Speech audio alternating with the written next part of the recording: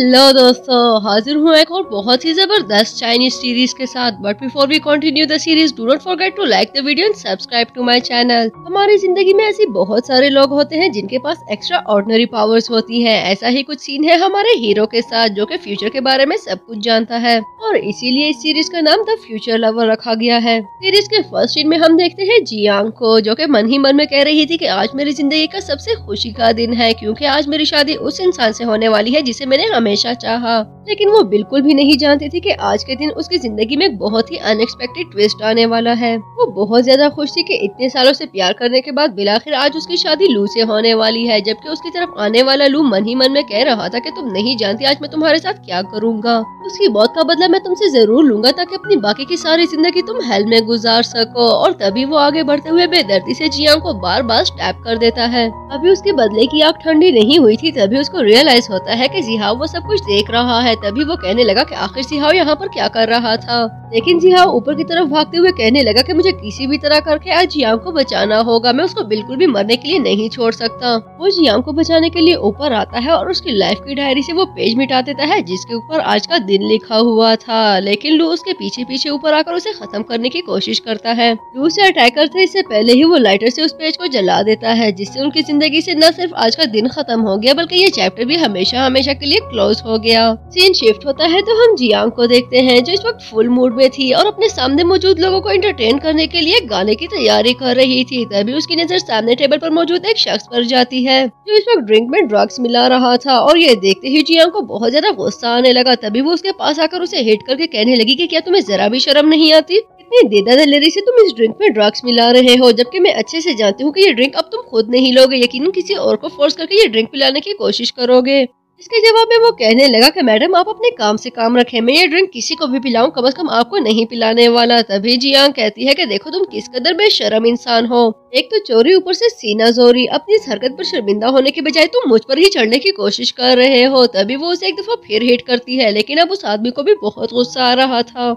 तभी वो एक बोतल उठाकर जोरदार तरीके से जियांग के सर पर मारने की कोशिश करता है, लेकिन उसको हिट करता है इससे पहले ही जियांग आकर जियांग को बचा लेता है। और इसी चक्कर में जियांग खुद को अच्छा खासा जख्मी कर चुका था। तभी वो जियांग को हक करते हुए कहने लगा कि देखो फाइनली हम दोनों एक दफा फिर मिल गए। और देखो लास्ट टाइम मैं तुम्हें नहीं बचा पाया था, लेकिन आज मैंने तुम्हें बचा लिया। मैंने कहा था ना कि हिस्ट्री खुद को रिपीट नहीं करेगी। और साथ ही वो जियांग को हक कर लेता है। सीरीज आगे बढ़ती है तो हम जियांग को देखते हैं, जो इस वक्त जिहाओ के साथ ही मौजूद थी और उसे कह रही थी मुझे लगता है कि तुमने किसी और की गलती में मुझे बचा लिया। जिस पर जिहाओ कहने लगा कि नहीं, जैसा तुम सोच रही हो वैसा कुछ भी नहीं है, कम से कम तुम्हें पहचानने में मैं बिल्कुल भी गलती नहीं कर सकता। जिस पर वो कहने लगी तो फिर तुमने ऐसा क्यों कहा कि देखो फाइनली हम दोबारा से मिल गए हैं, जबकि मैं तुम्हें जानती भी नहीं। तभी जिहाओ कहने लगा भले तुम मुझे ना जानती हो, लेकिन मैं तुम्हें बहुत अच्छे से जानता हूँ। तुम्हारा नाम जिहाओ है और मैं तुम्हारे साथ एक ही स्कूल में रह चुका हूँ, लेकिन तुम शायद मुझे ना जानती हो। जियांग कहने लगी मैं एक सिंगर हूँ, इतना तो मेरे बारे में सभी जानते हैं। तभी जिहाओ उसे बताता है कि जब तुम छोटी थी तो तुम्हारी मॉम तुम्हें बहुत ज्यादा कंट्रोल करती थी। इवन अगर कभी तुमसे कोई गलती हो जाया करती थी तो वो तुम्हें पनिश करने के लिए खुद को पनिश किया करती थी ताकि तुम उन्हें पूरी तरह से ओबे कर सको। तभी जियांग कहने लगी कि तुम्हें ये सब कैसे पता चला?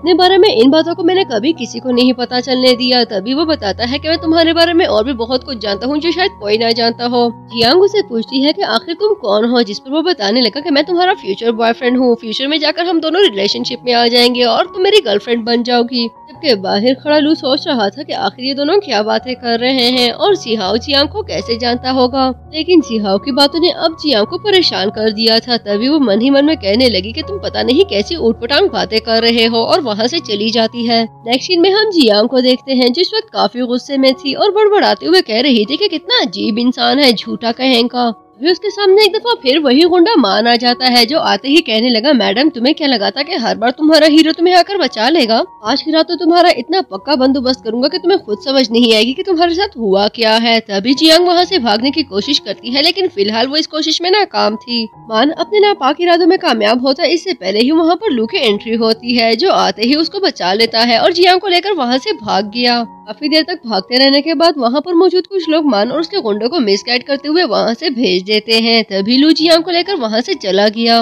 लू जियांग और जिहाओ की सारी बातें सुन चुका था। तभी वो जियांग को हक करते हुए कहने लगा कि देखो फाइनली हम दोनों दोबारा से मिल गए। मैं जानता था कि किस्मत हमें दोबारा से जरूर मिलवाएगी। जियांग को याद आता है कि एक दफा पहले भी लू ने उसकी जान बचाई थी। तभी वो लू से कहने लगी, मुझे लगता है कि तुम्हें कोई मिसअंडरस्टैंडिंग हो रही है। हो सकता है मैं वो लड़की ना हूँ जो तुम मुझे समझ रहे हो। लेकिन लू से कहने लगा कि तुम्हें पहचानने में मैं बिल्कुल भी गलती नहीं कर सकता। इनफैक्ट मैं तुम्हारे फ्यूचर के बारे में बहुत कुछ जानता हूँ। बल्कि अगर सच कहूँ तो मैं ही तुम्हारा फ्यूचर बॉयफ्रेंड बनने वाला हूँ। आहिस्ता आहिस्ता तुम्हें मुझसे प्यार हो जाएगा और हम दोनों एक साथ खुश रहने लगेंगे। मुझे लगता है कि हमें आज से ही डेटिंग शुरू कर देनी चाहिए। अगली सीन में हम जियांग को देखते हैं जो अपने सामने बैठे जिहाओ से पूछ रही थी कि जरा बताओ हम दोनों को रिलेशनशिप में हुए कितना टाइम हो गया है, क्योंकि तुम फ्यूचर के बारे में बहुत कुछ जानते हो। जिस पर वो बताता है कि मेरे नॉलेज के मुताबिक हम 6 महीने से रिलेशनशिप में हैं। जियांग उससे पूछती है कि हम दोनों रिलेशनशिप में कैसे आए, जिस पर वो बताता है कि एक्चुअली मैंने तुम्हें प्रपोज किया था और मैंने तुम्हें बताया था कि मैं तुमसे बहुत ज्यादा प्यार करता हूँ, जिसके जवाब में तुमने मेरा प्रपोजल एक्सेप्ट कर लिया। जबकि दूसरी तरफ जियांग अपनी कंफ्यूजन को दूर करने के लिए लू से भी बहुत सारे क्वेश्चंस पूछ रही थी और उससे पूछती है कि आखिर हम दोनों एक दूसरे के साथ कब से हैं, जिस पर वो बताता है कि हमें बहुत सारा टाइम एक साथ हो गया है। जियांग पूछती है कि हम दोनों कब से एक दूसरे को जानते हैं, जिस पर लू बताता है कि मैं तुम्हें बचपन से ही जानता हूँ और साथ ही उसे कहने लगा कि मैं फ्यूचर के बारे में ऐसी बहुत सारी चीजें जानता हूँ जो तुम्हारे साथ होने वाली है। इनफैक्ट अगर सच बताऊं तो तुम्हारे लिए कल का दिन भी मुश्किल होने वाला है, क्योंकि कल तुम्हारे स्पीच के बाद तुम्हें कुछ फोटोज के साथ ब्लैकमेल किया जाएगा, क्योंकि कुछ लोगों के पास तुम्हारे कुछ पिक्चर्स मौजूद है। इसलिए अच्छा होगा कि तुम सावधान रहो और इन सब चीजों के लिए मेंटली प्रिपेयर रहो। लेकिन बाहर खड़ा जिहाओ लू की ये सारी बातें सुन रहा था। तभी वो मन ही मन में सोचने लगा कि आखिर इस सब के बारे में लू को कैसे पता चला। नेक्स्ट सीन में हम लू को देखते हैं जिसकी नजर जिहाओ पर पड़ती है जो इस वक्त एक आदमी के साथ डीलिंग कर रहा था। तभी वो सोचने लगा कि आखिर जिहाओ को इस सब के बारे में कैसे पता चला और वो इतना स्मार्ट कैसे हो सकता है। अब हम उस आदमी को जिहाओ के साथ बात करते हुए देखते हैं। जिहाओ से कह रहा था, मैं अच्छे से जानता हूँ कि तुम्हारे पास जियांग की पिक्चर्स मौजूद है और उन पिक्चर्स के थ्रू तुम उसे ब्लैकमेल करोगे, लेकिन मैं तुम्हें आसान लफ्जों में समझा दूं कि अगर तुमने ऐसा वैसा कुछ भी करने की कोशिश की तो मुझसे बुरा कोई नहीं होगा, मैं तुम्हें सीधे जेल भेज दूंगा। तभी वो आदमी कहने लगा कि ये बेवकूफी बिल्कुल भी मत करना, क्योंकि अगर तुमने मुझे जेल भेजने की कोशिश की तो मैं जियांग की सभी पिक्चर्स उसकी मॉम को भिजवा दूंगा और फिर तुम अच्छे से जानते हो कि वो जियांग के साथ क्या करने वाली है। जबकि उन दोनों की बातें सुनने के बाद लू सोचने लगा कि जिहाओ कितना स्मार्ट है, पता नहीं मैंने इसको क्यों इतना फॉर ग्रांटेड ले लिया, ये इतना आगे कैसे जा सकता है। अगले सीन में हम जियांग को यूनचान यूनिवर्सिटी में स्पीच करता हुआ देखते हैं। सभी लोग उसके स्पीच करने के स्टाइल को एडमायर कर रहे थे, लेकिन जैसे ही वो अपनी सीट पर वापस आती है उसे याद आता है कि आज सुबह उसे एक इनवेलप रिसीव हुआ था। लेकिन जैसे ही वो इनवेलप खोलती है उसमें उसकी खुद की पिक्चर थी, जिसे देखते ही वो बहुत बुरी तरह से शॉक हो गई। लेकिन वो दोबारा से उन पिक्चर्स को अच्छे से देखती इससे पहले ही वो पिक्चर्स उसके हाथ से गिर जाती हैं और वहाँ पर मौजूद भीड़ की वजह से उन पिक्चर्स को दोबारा उठाना बिल्कुल भी आसान नहीं था। सभी लोगों के जाने के बाद वो दोबारा से पिक्चर्स को उठाने की कोशिश करती है। तभी जिहाओ और लू उसकी हेल्प करते हैं। वो दोनों ही एक दूसरे को वहाँ पर देखकर गुस्से में आ गए। कुछ ही देर में वो तीनों रिलैक्स मूड में थे। तभी वो पूछने लगी कि तुम लोग यहाँ पर क्या कर रहे हो। जिहाओ बताता है कि एक्चुअली मैं तुम्हारी हेल्प के लिए आया था। तभी लू कहने लगा, मैं जानता था कि आज तुम जरूर मुश्किल में होगी तो मैंने सोचा क्यों ना तुम्हारी हेल्प की जाए। लू जिहाओ से पूछता है कि आखिर तुम जियांग की हेल्प क्यों करना चाहते हो और तुम्हारा उसके साथ क्या रिलेशन है, जिस पर जिहाओ कुछ बताता है। इससे पहले ही जियांग कहने लगी कि प्लीज मुझे मजीद मत उलझाओ और साथ ही उन दोनों से कहने लगी कि अगर तुम दोनों फ्यूचर के बारे में इतना कुछ जानते ही हो तो मुझे यही बता दो कि आखिर मुझे इन पिक्चर्स को लेकर कौन ब्लैकमेल कर रहा है, क्योंकि अगर मेरी मॉम को पता चल गया इस बारे में तो वो मुझे जान से मार देंगी। अगर किसी भी तरह ये पिक्चर्स मेरे मॉम के हाथ लगी तो दुनिया की कोई भी ताकत मुझे उनसे नहीं बचा पाएगी। लेकिन उन दोनों में से कोई भी नहीं जानता था कि जियांग को आखिर कौन ब्लैकमेल कर रहा है। तभी वो कहने लगी कि ठीक है, अगर तुम लोग इस बारे में नहीं जानते तो प्लीज यहाँ से चले जाओ, कम से कम मेरे सर पर खड़े होकर मुझे खौफ में मत मुब्तला करो। इतने में वहाँ पर जियांग की फ्रेंड सॉन्ग आ जाती है, जिसको देखते ही जियांग उसके साथ चल पड़ी। जबकि उसके जाने के बाद लू जिहाओ से पूछता है कि आखिर तुम इस लड़की को कैसे जानते हो, जिस पर वो बताता है कि मैं और भी बहुत कुछ जानता हूँ और रही बात जियांग की तो मुझे नहीं लगता कि मैं तुम्हारे सामने आंसरेबल हूँ। जबकि दूसरी तरफ सॉन्ग के साथ मौजूद जियांग काफी कंफ्यूज थी और सोच रही थी कि पता नहीं ये दोनों क्या बातें करते हैं और ऊपर से ये ब्लैकमेलिंग, मुझे तो समझ नहीं आ रही कौन सच बोल रहा है और कौन झूठ, और पता नहीं ये फोटोज किसके हाथों लग चुकी हैं और उसे कैसे पता कि मेरी मॉम मुझे इन सब की परमिशन नहीं देती, इसलिए मुझे ब्लैकमेल किया जा सकता है। अगले सीन में हमें फ्लैशबैक के थ्रू जियांग के बचपन को दिखाया जाता है, जो इस वक्त अपने सामने बैठे हुए जिहाओ से कह रही थी कि प्लीज तुम इस तरह से रोना बंद करो, अगर तुम्हारे पेरेंट्स नहीं है तो मेरे भी नहीं है। तुम अगर सारी जिंदगी भी इस तरह बैठकर रोते रहोगे तब भी कोई लौट कर नहीं आएगा और तुम्हारे इस रोने का कोई फायदा नहीं है। इससे अच्छा होगा कि तुम खुद को कंपोज करके सोचो कि तुम्हें आगे करना क्या है। जिहाओ उसे बताता है कि इस तरह की स्ट्रॉन्ग बातें करना बहुत आसान काम है, लेकिन खुद को स्ट्रॉन्ग बनाना एक बहुत मुश्किल काम है। तुम समझ भी नहीं सकती कि मैं इस वक्त किस कर्ब से गुजर रहा हूँ। जिसके जवाब में जियांग उसे बताती है कि सिर्फ तुम ही नहीं, यहाँ पर मौजूद सभी बच्चों के पेरेंट्स यहाँ पर नहीं है, इसलिए अच्छा होगा कि तुम इस तरह के ड्रामे करना बंद कर दो। मुझे देखो, मैंने आज तक अपने पेरेंट्स को नहीं देखा, मुझे पता भी नहीं कि वो लोग कहाँ पर हैं, जिंदा हैं भी या नहीं, और ना ही कभी वो मुझसे मिलने के लिए आए। लेकिन मैं तुम्हारी तरह रोती नहीं फिरती, मैं स्ट्रॉन्ग हूँ और मुझे पूरा यकीन है कि एक ना एक दिन वो मुझसे मिलने के लिए जरूर आएंगे और मैं इसी दिन के इंतजार में खुशी खुशी जिंदगी गुजार रही हूँ। तभी वहाँ पर मिसेस क्वीन आ जाती हैं। इनके साथ मौजूद वार्डन उससे पूछती है कि क्या ये बच्ची आपके बेटी की तरह है। तभी मिसेस क्वीन कहने लगी कि हाँ, ये बिल्कुल मेरी बेटी की तरह है, देखो इसकी शक्ल बिल्कुल उससे मिलती है। और साथ ही जियांग से कहने लगी कि क्या मैं तुम्हें अच्छी लग रही हूँ, क्या तुम्हें मैं अपनी मॉम जैसी लग रही हूँ। देखो, मैं तुम्हारी मॉम बन जाऊंगी और तुम मेरी बेटी बन जाना और यूँ हम दोनों खुशी खुशी जिंदगी गुजारेंगे। जियांग अभी ख्यालों की दुनिया से बाहर निकली थी, तभी उसको रियलाइज होता है कि उससे मिलने के लिए जिहाओ आया है। तभी वो जिहाओ से पूछने लगी कि क्या तुम यहाँ पर मेरे पास आए हो। जिहाओ से पूछने लगा कि क्या तुम्हें सच में मेरे बारे में कुछ भी नहीं याद। तभी जियांग उसके पास आकर उसे सीड्यूस करने लगी, जिस पर जिहाओ बहुत ज्यादा नर्वस हो रहा था। तो जिहाओ के मजीद करीब होते हुए उससे पूछने लगी कि कल तक तो तुम मुझसे कह रहे थे कि तुम मेरे बारे में बहुत कुछ जानते हो और ये कि तुमने मेरा बहुत ज्यादा इंतजार किया है। मुझे समझ नहीं आ रही कि अब मेरे करीब आने पर तुम इतना घबरा क्यों रहे हो। जिस पर जिहाओ कहने लगा, मैंने तुमसे कहा ना, मैं बिल्कुल भी नहीं घबरा रहा, बस तुम्हारा इतना करीब आना मैंने एक्सपेक्ट नहीं किया था। तभी वो कहने लगी कि तुम वही लड़के हो जिसने हमेशा मुझे मोटिवेट किया, जिसने मुझे वो बनना सिखाया जो मैं एक्चुअली हूँ। लेकिन तुम खुद देखो, तुम्हारी पर्सनैलिटी कितनी शैटर हो चुकी है, सिर्फ मेरे करीब आने से तुम कितना नर्वस हो गए। जिहाओ बताता है कि ना मैं घबरा रहा हूँ और ना ही मैं नर्वस हूँ, मैं बस सिर्फ इतना चाहता हूँ कि तुम खुद को लू से दूर रखो। देखो, वो लड़का बिल्कुल भी ट्रस्टवर्दी नहीं है। पर जियांग को गुस्सा आने लगा और वो कहने लगी कि तुम्हारा अपने बारे में क्या ख्याल है, मुझे तो तुम भी बिल्कुल ट्रस्टवर्दी नहीं लग रहे। मुझे तो समझ नहीं आ रही कि किस पे यकीन करूं और किस पे ना करूं। बस मेरी सिर्फ तुमसे इतनी सी रिक्वेस्ट है कि मुझसे दूर रहो। अगले सीन में हम जियान को देखते हैं जो इस वक्त लू का पीछा कर रहा था, क्योंकि उसे पहले ही लू की हरकतों पर अच्छा खासा शक था। लेकिन लू जियान की नजरों से बचते बचाते दोबारा मान से मिलने के लिए आता है। जहाँ पर आते ही वो मान से कहने लगा, मैंने तुम्हें जो काम करने के लिए कहा था क्या वो तुमने कर लिया। इस पर वो कहता है कि हाँ, वो काम मैं बहुत अच्छे से कर चुका हूँ और आपको भी पता है कि वो काम हो गया है। तभी मान कहने लगा कि मुझे अब अपनी रकम चाहिए, जिस पर वो बताता है कि मैं तुम्हें इतनी ज्यादा अमाउंट नहीं दे सकता। लेकिन अब मान भी जिद पर आ चुका था और कहने लगा कि मैं $500,000 से 1 रुपया भी कम नहीं लूंगा। तभी लू कहता है कि तुम्हें क्या लगता है मैं यहाँ पर मुंह उठाकर वैसे ही आ गया था। मेरे हाथ में मौजूद USB को देखो, इसमें तुम्हारी वो करतूतें रिकॉर्ड है जो अगर मैंने तुम्हारी वाइफ को दिखा दी तो वो सारी जिंदगी तुम्हारी शक्ल देखना भी गवारा ना करे। मैं तुम्हें सिर्फ और सिर्फ 3 लाख युवान दूंगा, अगर इससे ज्यादा तुमने कुछ भी मांगा तो याद रखना तुम्हें बहुत महंगा पड़ेगा। तभी मान कहने लगेगा कि ठीक है 3 लाख युवान दे दो, लेकिन अभी दो। इसके जवाब में लू कहता है कि अभी तो बिल्कुल भी पॉसिबल नहीं, लेकिन मैं तुम्हें कल जरूर पेमेंट करूंगा। लेकिन मान बजिद था कि उसे अभी ही पेमेंट चाहिए, जिस पर लू कहने लगा कि तुम्हें कल तक वेट करना पड़ेगा। अगले सीन में हम जियान को देखते हैं जो इस वक्त अपने क्लासरूम में सो रहा था और अपने बचपन के ख्वाब देख रहा था कि किस तरह बचपन में सॉन्ग उसे बाकी लड़कों से बचाती थी। जियान की आंख खुलती है तो उसके सर पर सच में सॉन्ग खड़ी थी, जो उसे देखते ही कहने लगी, लगता है तुमने रात भर नींद नहीं की, मुझे लगता है कि तुम्हें अपने हॉस्टल जाना चाहिए क्योंकि यहाँ पर हमारी क्लास होने वाली है। इतने में वहाँ पर जियांग भी आ चुकी थी, लेकिन जियान उसे पूरी तरह से इग्नोर करते हुए अपने हॉस्टल की तरफ जाने लगा, जिस पर जियांग काफी हैरान हुई। अगले सीन में हम सॉन्ग के डैड को देखते हैं जो इस वक्त अपने ड्रंक फ्रेंड्स के साथ जुआ खेलने में बिजी थे। तभी वहाँ पर सॉन्ग आ जाती है जो आते ही कहने लगी, डैड प्लीज मुझे कुछ पैसों की जरूरत है। आप जानते हैं ना कि आज हमें मॉम की मेडिकल फीस की पेमेंट करनी है। जिस पर डैड कहने लगे कि तुमने रोज रोज की मुसीबत लगाई हुई है, जब तुम्हारा जीआई मुंह उठाकर मेरे पास पैसे मांगने के लिए आ जाती हो, और आज तो मैं तुम्हें एक पैनी भी नहीं देने वाला क्योंकि मैं ऑलरेडी बहुत सारे पैसे गवा चुका हूँ, इसलिए अच्छा होगा कि तुम यहाँ से दफा हो जाओ। लेकिन सॉन्ग तो जैसे बजिद थी, तभी कहने लगी कि मुझे पैसे चाहिए।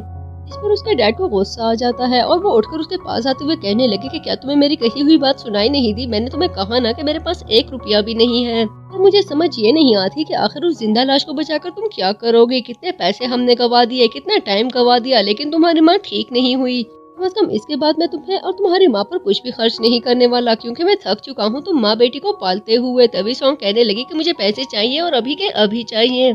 इस पर उसके डैड को गुस्सा आने लगा। तभी वो उसे धक्का देकर जमीन पर गिराते हुए कहने लगे, मैंने तुमसे कहा ना कि यहाँ से दफा हो जा। वो मजीद आगे बढ़ते इससे पहले ही उनके फ्रेंड्स उनको संभाल लेते हैं। लेकिन वो सॉन्ग ही क्या जो इतनी आसानी से पीछे हट जाए। तभी कहने लगी कि डैड मुझे पैसे चाहिए और जब तक आप मुझे पैसे ना दे मैं यहाँ से कहीं नहीं जाऊंगी। ना चाहते हुए भी डैड कुछ नोट्स उसकी तरफ फेंकते हुए कहने लगे कि इससे ज्यादा मुझसे कुछ भी एक्सपेक्ट मत करना और हाँ आइंदा मुझे अपनी शक्ल बिल्कुल भी मत दिखाना। सॉन्ग उन पैसों को लेकर बाहर आती है। तभी डैड ऊपर से झांकते हुए कहने लगे कि आइंदा तुम्हारी मॉम जिए या मरे मेरे पास आने की बिल्कुल भी कोई जरूरत नहीं है। मैं तुमसे कहता हूँ कि आज की आज ही अपनी मॉम को उस हॉस्पिटल से बाहर करो ताकि हमें रोज रोज की पेमेंट ना करनी पड़े। और ये सारी बातें बाहर खड़ा जियान भी सुन रहा था। कुछ देर में सॉन्ग हॉस्पिटल आती है तो अकाउंटेंट को पैसे देते हुए कहने लगी कि मेरे पास बस इतने ही पैसे हैं, बाकी के पैसे भी मैं जल्द लौटा दूंगी। जिस पर उसे बताया जाता है कि तुम्हारी मॉम की पेमेंट हो चुकी है। सॉन्ग पूछती है कि आखिर ये किसने किया, जिस पर वो बताती है कि पता नहीं किसने किया, हो सकता है तुम्हारी या तुम्हारी मॉम के किसी फ्रेंड ने किया हो, लेकिन तुम्हारी पेमेंट हो चुकी है। पीछे खड़े जियांग को देखकर हमें आइडिया होता है कि एक्चुअली सॉन्ग के मॉम की पेमेंट उसी ने की थी, लेकिन वो चुपचाप वहाँ से चला जाता है। दूसरी तरफ हम जियान को देखते हैं जो इस वक्त सॉन्ग के डैड से मिलने के लिए आए थे। जियान को वहाँ देखते ही सॉन्ग के डैड कहने लगे कि ठीक है बाकी की गेम्स हम कल खेलेंगे और इसके साथ ही वो अपने फ्रेंड्स को वहाँ से भेज देते हैं। उनके जाने के बाद वो जियान के पास आकर कहने लगे मैंने तुम्हें बताया था ना कि मैंने उस लड़की को ब्लैकमेल नहीं किया, तुम बार बार एक बात के लिए मुझे क्यों परेशान कर रहे हो, मेरे पास उस लड़की की कोई पिक्चर्स नहीं है। इस पर जियान कहने लगा हाँ मैं जानता हूँ कि तुम्हारे पास जियान की कोई पिक्चर्स नहीं है और मैं ये भी जानता हूँ कि तुमने उसको ब्लैकमेल नहीं किया। इस पर वो पूछते हैं कि अगर तुम ये सब जानते हो तो फिर यहाँ पर क्यों आए हो। तभी जियान कहने लगा मैं तुमसे ये पूछने के लिए आया हूँ कि तुम्हारा सॉन्ग के साथ क्या ताल्लुक है। इस पर वो बताते हैं कि एक्चुअली सॉन्ग मेरी स्टेप डॉटर है और उसका असल बाप मेरी वाइफ का एक्स था। अगले सीन में हम जियांग को देखते हैं जो लू को बता रही थी कि एक्चुअली मुझे बिल्कुल भी जियान पर ट्रस्ट नहीं है और मुझे लगता है कि यकीनन दाल में कुछ न कुछ काला जरूर है। मुझे वो बिल्कुल भी ट्रस्टवर्दी नहीं लग रहा क्योंकि उसने मेरी लाइफ में बहुत सारी कंफ्यूजन क्रिएट कर दी है और मैं तुम पर पूरा यकीन करती हूँ। लू से कहने लगा कि अब मेरा मन हल्का हो चुका है, मैंने तुम्हें पहले ही समझा दिया था कि वो लड़का तुम्हारे लिए बिल्कुल भी ठीक नहीं, उसे खुद भी नहीं पता कि वो क्या कहता है और क्या नहीं। इतने में अचानक कहीं से बॉल आती है तो लू जियान को बचाने के लिए अपने करीब ले आता है और सामने से आते हुए जियान और सॉन्ग ये सब कुछ देख रहे थे। जियान उसको देखते ही कहने लगा मैं जानता था कि तुम लू पर जरूर यकीन करोगी, लड़कियों को तो वैसे भी बहुत आदत होती है गलत डिसीजंस लेने की, लेकिन मैं तुम्हें बता रहा हूँ कि अपने इस डिसीजन पर तुम बहुत पछताने वाली हो। सीन शिफ्ट होता है तो हम जियान को देखते हैं जो इस वक्त लू के साथ खड़ा उससे कह रहा था मैं जानता था कि तुम उस लड़की को बहुत अच्छे से धोखा दे दोगे और मुझे ये भी पता है कि तुम उसके साथ बिल्कुल भी सिंसियर नहीं हो, लेकिन मुझे समझ ये नहीं आ रही कि एक लड़की का बदला लेने के लिए तुम क्यों किसी और की जिंदगी बर्बाद कर रहे हो। अगर उस लड़की की डेथ होगी तो इसका मतलब है कि उसकी जिंदगी बस इतनी ही लिखी थी, अब उसके लिए तुम क्यों जियांग को परेशान कर रहे हो और उसे क्यों धोखा दे रहे हो। तुम सच में उस लड़की का बदला लेने के लिए जियांग के पीछे हो ना। तभी लू कहने लगा कि हाँ और उसका बदला मैं जरूर लूंगा, लेकिन मैं तुमसे ये पूछना चाहता हूँ कि तुम्हें इस सब के बारे में कैसे पता चला। जियांग उसे बताता है कि मैं पास्ट के बारे में सब कुछ जानता हूँ और शायद फ्यूचर के बारे में भी, लेकिन मैं तुम्हें ये बता दूं कि मेरे होते हुए तुम कभी भी जियांग को नुकसान नहीं पहुँचा पाओगे। मैं तुम्हें ये भी समझा दूं हो सकता है कि ये सब तुम्हारी मिसअंडरस्टैंडिंग हो, तुम जियांग से बदला लेने के लिए ये सब कर रहे हो, लेकिन अगर इस सब में जियांग इन्वॉल्व ना हुई तो फिर क्या होगा। वो बताता है कि जियांग ही उसकी दुश्मन है और वो कभी भी जियांग को माफ नहीं करेगा। जिस पर जियांग कहने लगा कि कम से कम मेरे जीते जी तुम कभी भी जियांग को नुकसान नहीं पहुंचा पाओगे। सीरीज आगे बढ़ती है तो हम जियांग को देखते हैं जो इस वक्त सॉन्ग के साथ ही सॉन्ग उससे पूछ रही थी कि क्या तुम लू को पसंद करती हो, जिस पर वो कहने लगी पता नहीं, लेकिन मैं उसको एडमायर जरूर करती हूँ। सॉन्ग उससे पूछती है कि क्या लू तुमसे प्यार करता है, जिस पर वो कहने लगी कि हाँ इस बारे में मैं 100% श्योर हूँ, उसने मुझे बहुत दफा बताया कि वो मुझे कितना पसंद करता है। क्या मैंने तुम्हें बताया था कि वो काफी टाइम से मेरे पीछे है और अब बिल आखिर हम दोनों एक होने वाले हैं, लेकिन अगर सच कहूँ तो मैं सच में उसे बहुत पसंद करती हूँ। जियांग सॉन्ग से पूछती है कि क्या तुम और जियान एक साथ हो, जिस पर वो कहने लगी पता नहीं, लेकिन मैं जियांग को बहुत पसंद करती हूँ। तभी जियांग कहने लगी कि वो एक झूठा लड़का है। तुम्हारी फ्रेंड होने के नाते मैं तुम्हें यही एडवाइस दूंगी कि उस लड़के से दूर रहो क्योंकि वो एक नंबर का झूठा लड़का है। क्या तुम जानती हो उसने मुझे भी धोखा देने की कोशिश की थी, लेकिन अच्छा हुआ कि मैं वक्त पे संभल गई। जियांग की बातें सॉन्ग को बहुत हर्ट कर रही थी क्योंकि इस तरह जियांग के खिलाफ बातें सुनना बिल्कुल भी आसान नहीं था। तभी जियांग उसे पूछी है कि तुम दोनों पहली दफा कहाँ मिले, जिस पर वो बताती है कि हम दोनों कॉलेज गेट पर मिले थे, कॉलेज पर ही हमारी पहली मुलाकात हुई थी। क्या तुम जानती हो उस दिन वो अपना वॉलेट घर भूल आया था और मैंने उसको कुछ पैसे दिए थे, तो मुझसे वादा किया था कि वो पैसे बहुत जल्द लौटा देगा। तभी जियांग कहने लगी कि देखो उसने तुमसे भी पैसे लिए हुए हैं, मैंने तुमसे कहा था ना कि वो लड़का बिल्कुल भी ट्रस्टवर्दी नहीं है। लेकिन सॉन्ग मन ही मन में सोचने लगी कि वो मेरी जिंदगी में उम्मीद की एक बहुत बड़ी किरण है, अगर वो ना होता तो शायद आज मैं इतनी स्ट्रॉन्ग ना होती। उसे एक दफा फिर अपनी जिंदगी का वो तल्ख दिन याद आता है जब उसके डैड ने उसे धक्के देकर घर से निकाल दिया था। तभी वो अपने डैड से कहने लगी कि ये आपका नहीं बल्कि मेरी मॉम का घर है, आप ऐसे कैसे मुझे मेरे ही घर से निकाल सकते हैं। तभी उसका स्टेप डैड कहने लगे कि तुम्हारी मॉम को मैंने सिर्फ इस घर की खातिर इतना बर्दाश्त किया, वरना कब की डिवोर्स दे चुका होता।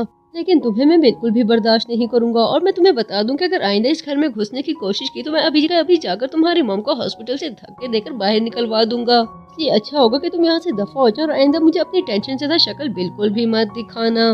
हालांकि मारी सोंग अपने घर के सामने ही बैठ जाती है। कुछ ही देर में वहाँ पर जियान अपने फ्रेंड्स के साथ गुजरता है, जिसको देखते ही सोंग का मूड दोबारा से ठीक हो गया। अगले सीन में हम जियान को देखते हैं, जिसके बुलाने पर जियांग उसके पास आ चुकी थी और उसे पूछ रही थी कि आखिर क्या मसला है, तुमने मुझे यहाँ पर क्यों बुलाया। जियान उसे कहने लगा, मुझे इस बात का बहुत अफसोस रहेगा कि मेरी बात पर यकीन करने के बजाय तुमने लू पर यकीन करना मुनासिब समझा, लेकिन तुम्हारी लाइफ है, तुम जैसे चाहो डिसीजन ले सकती हो। जियांग उसे कहने लगी कि देखो ये मेरी लाइफ है, अपनी लाइफ गुजारने के लिए मुझे तुम्हारी डिक्टेशन की बिल्कुल भी कोई जरूरत नहीं है। मुझे लू में कुछ नजर आया होगा तभी मैंने उसे ट्रस्ट करना मुनासिब समझा होगा। जियान उसे कहने लगा कि तुम्हें मेरे साथ चलना होगा, एक्चुअली मुझे तुम्हें कुछ दिखाना है। लेकिन जियांग की हेजिटेशन देखने के बाद वो कहने लगा कि ज्यादा डरने की कोई जरूरत नहीं है, मैं तुम्हें किसी किस्म का कोई नुकसान नहीं पहुँचाऊंगा। जियांग उसके साथ चल पड़ती से पहले ही उसे लू का मैसेज आ जाता है, जो उसे कह रहा था कि तुम कहाँ पर हो, मैं तुम्हें बहुत ज्यादा मिस कर रहा हूँ, प्लीज मेरे पास आ जाओ। तभी जियांग उसके साथ जाने से इनकार कर देती है। सीन शिफ्ट होता है तो हम सॉन्ग को देखते हैं, जो अपने कैफे में हार्ड वर्क कर रही थी। तभी वहाँ पर लू आ जाता है, जिसको देखते ही उसकी हार्ट बीट तेज होने लगी, जबकि खुद लू भी उसे चौर आंखों से देख रहा था। तभी सॉन्ग खुद को नॉर्मल करते हुए उसे पूछने लगी कि तुम क्या ऑर्डर करना चाहोगे, जिस पर वो मेन्यू मांगता है। लेकिन वो इस वक्त काफी कंफ्यूज था और उसे बिल्कुल भी आइडिया नहीं था कि उसे क्या ऑर्डर करना चाहिए। उसकी हेजिटेशन को देखते हुए सॉन्ग उसकी हेल्प करने के लिए आगे बढ़ते हुए उसे कहने लगी, मुझे लगता है कि तुम्हें कोल्ड कॉफी ऑर्डर करनी चाहिए। मेरे कैफे की कोल्ड कॉफी बहुत ज्यादा स्पेशल है और इसे बहुत पसंद किया जाता है। जिस पर वो उसकी फिंगर पर फिंगर रखते हुए कहने लगा कि ठीक है, अगर तुम्हें ये पसंद है तो मेरे लिए एक कर दो। और इसके साथ ही हमारी जबरदस्ती सीरीज का ये पार्ट अपने एंड को पहुंचा। उम्मीद है कि ये जबरदस्ती मूवी आपको जरूर अच्छी लगी होगी, लेकिन अगर यहाँ तक पहुंच चुके हो तो वीडियो को लाइक करना और चैनल को सब्सक्राइब करना बिल्कुल भी मत भूलिएगा। मजीद ऐसी जबरदस्त चाइनीज कंटेंट के लिए स्टे ट्यून।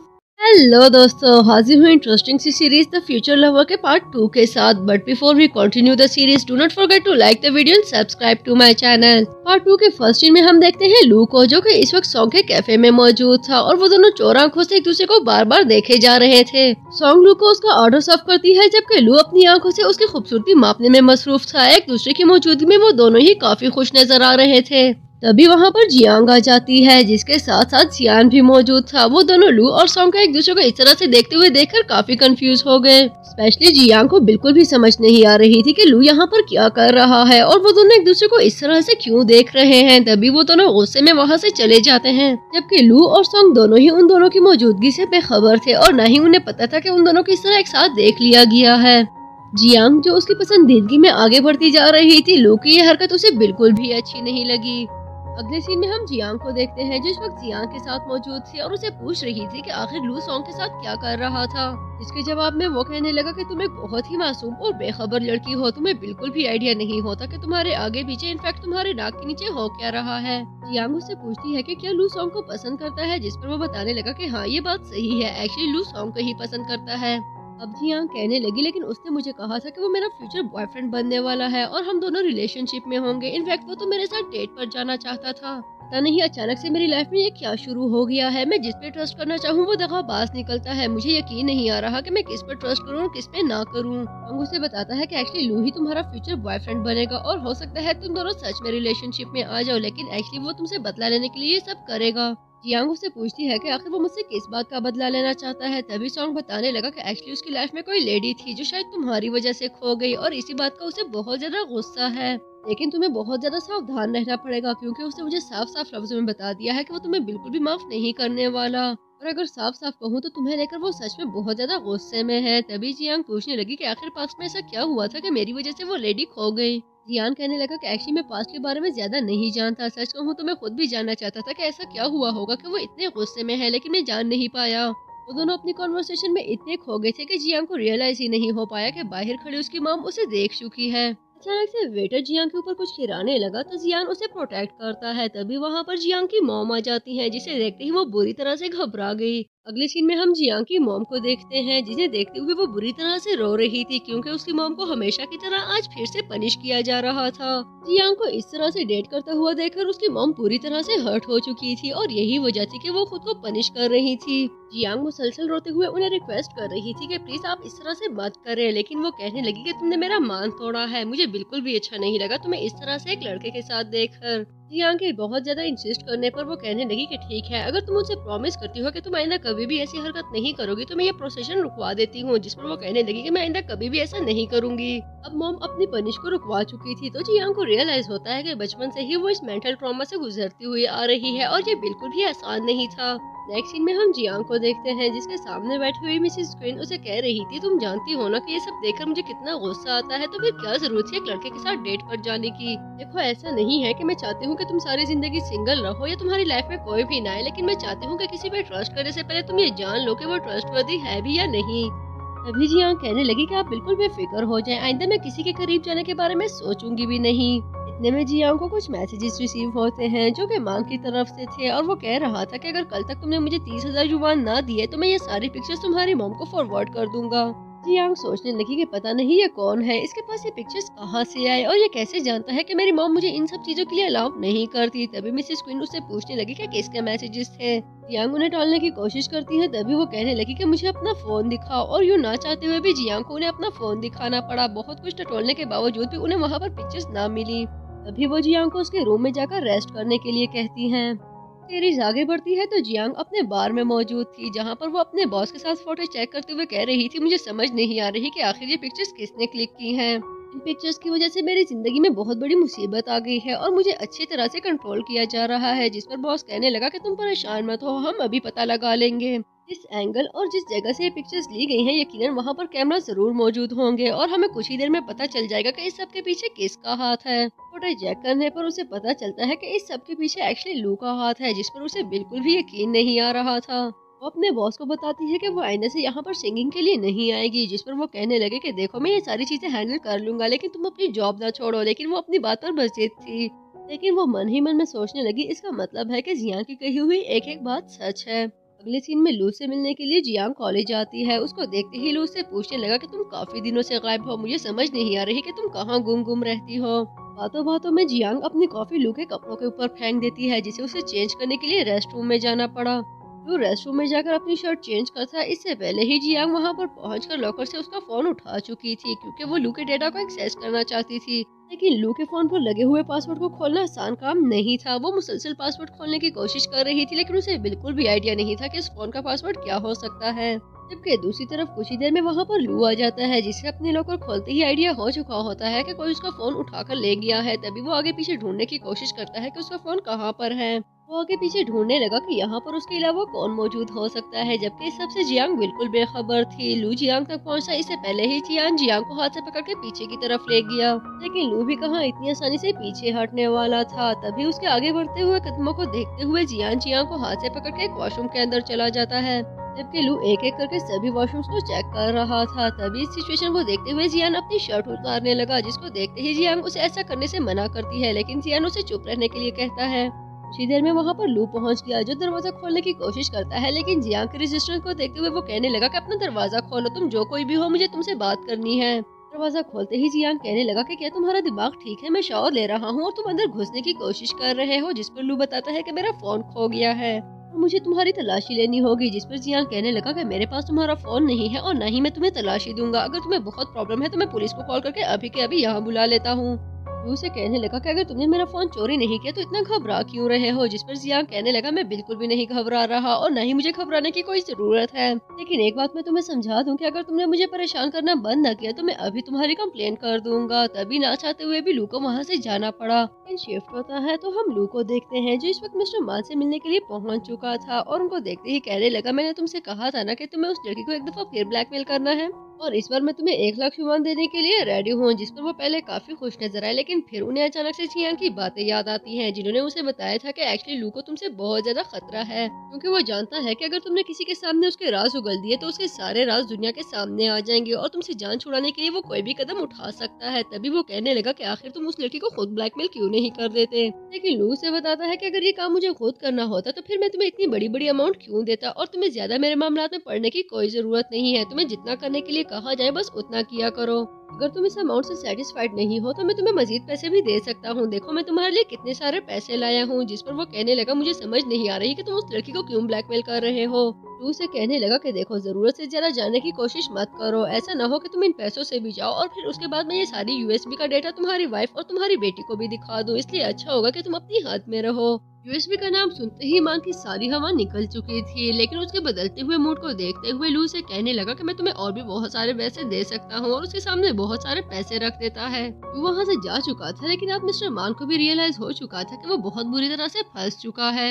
अगले सीन में हम मिस्टर मान को देखते हैं जो सॉन्ग के कॉलेज के बाहर उसका वेट कर रहा था। सॉन्ग के आते ही वो कहने लगा कि मुझे तुमसे एक जरूरी बात करनी है, लेकिन उसको देखते ही सॉन्ग का मूड ऑफ हो गया और वो गुस्से में कहने लगी क्या जरूरत थी मुंह उठाकर मेरे कॉलेज आने की, अगर मुझे किसी ने तुम्हारे साथ देख लिया तो सब लोग मेरे बारे में क्या सोचेंगे। तभी मिस्टर मानू से कहने लगा क्या तुम चाहती हो कि जो बात मैं करने के लिए आया हूँ वो सबके सामने चिल्ला चिल्ला कर बोल दूं, अगर ऐसा नहीं है तो फिर आराम से मुझसे बात करो। तभी सॉन्ग उसे अपने साथ चलने के लिए कहने लगी। अगले सीन में हम जियांग को देखते हैं जिसके साथ जियान मौजूद था और उसे बता रही थी कि एक्चुअली मुझे एक दफा फिर ब्लैकमेल किया गया है और मुझे समझ नहीं आ रही कि मैं इस सब से कैसे अपनी जान छुड़ाऊं। जियान उसे पूछता है कि क्या तुम्हें आइडिया है कि इस सब के पीछे किसका हाथ है, जिस पर वो कहने लगी कि नहीं मुझे बिल्कुल भी आइडिया नहीं, लेकिन मेरे हाथ कुछ एविडेंसेस भी लगे हैं, लेकिन मैं उसमें 100% श्योर नहीं हूँ और न ही मैं उसे पूरी तरह यकीन करके धोखा खाना चाहती हूँ। इसके साथ ही वो जियान को थैंक्स कहती है और उससे पूछने लगी कि तुम मेरे पीछे वॉशरूम क्यों आए थे, जिस पर वो बताने लगा कि मैंने तुम्हें बास्केटबॉल कोर्ट में देखा था और मुझे आइडिया था कि तुम्हारा अकेले अंदर जाना रिस्की हो सकता है, इसलिए मैं तुम्हारे पीछे पीछे चल पड़ा, लेकिन अच्छा ही हुआ कि मैं तुम्हारे साथ आ गया था। देखो ब्लू का फोन तुम्हारे पास मौजूद है। तभी वो कहने लगी कि अगर तुम ना आते तो वो मुझे रंगे हाथों पकड़ लेता। जब वो फिर जियान को थैंक्स बोलती है तभी वो पूछने लगा कि तुम्हें किस पर शक है, तुम्हारे ख्याल में कौन तुम्हें इस तरह से ब्लैकमेल कर सकता है, जिस पर वो कहने लगी क्या तुम्हें लगता है कि इस सबसे लू का कोई ताल्लुक हो सकता है, जिस पर वो कहने लगा हो सकता है ये सब लू ना करवा रहा हो, लेकिन उसका इससे जरूर कोई ना कोई ताल्लुक होगा, लेकिन वो नहीं जानते थे कि पीछे खड़ा लू उनकी बातें सुन रहा है।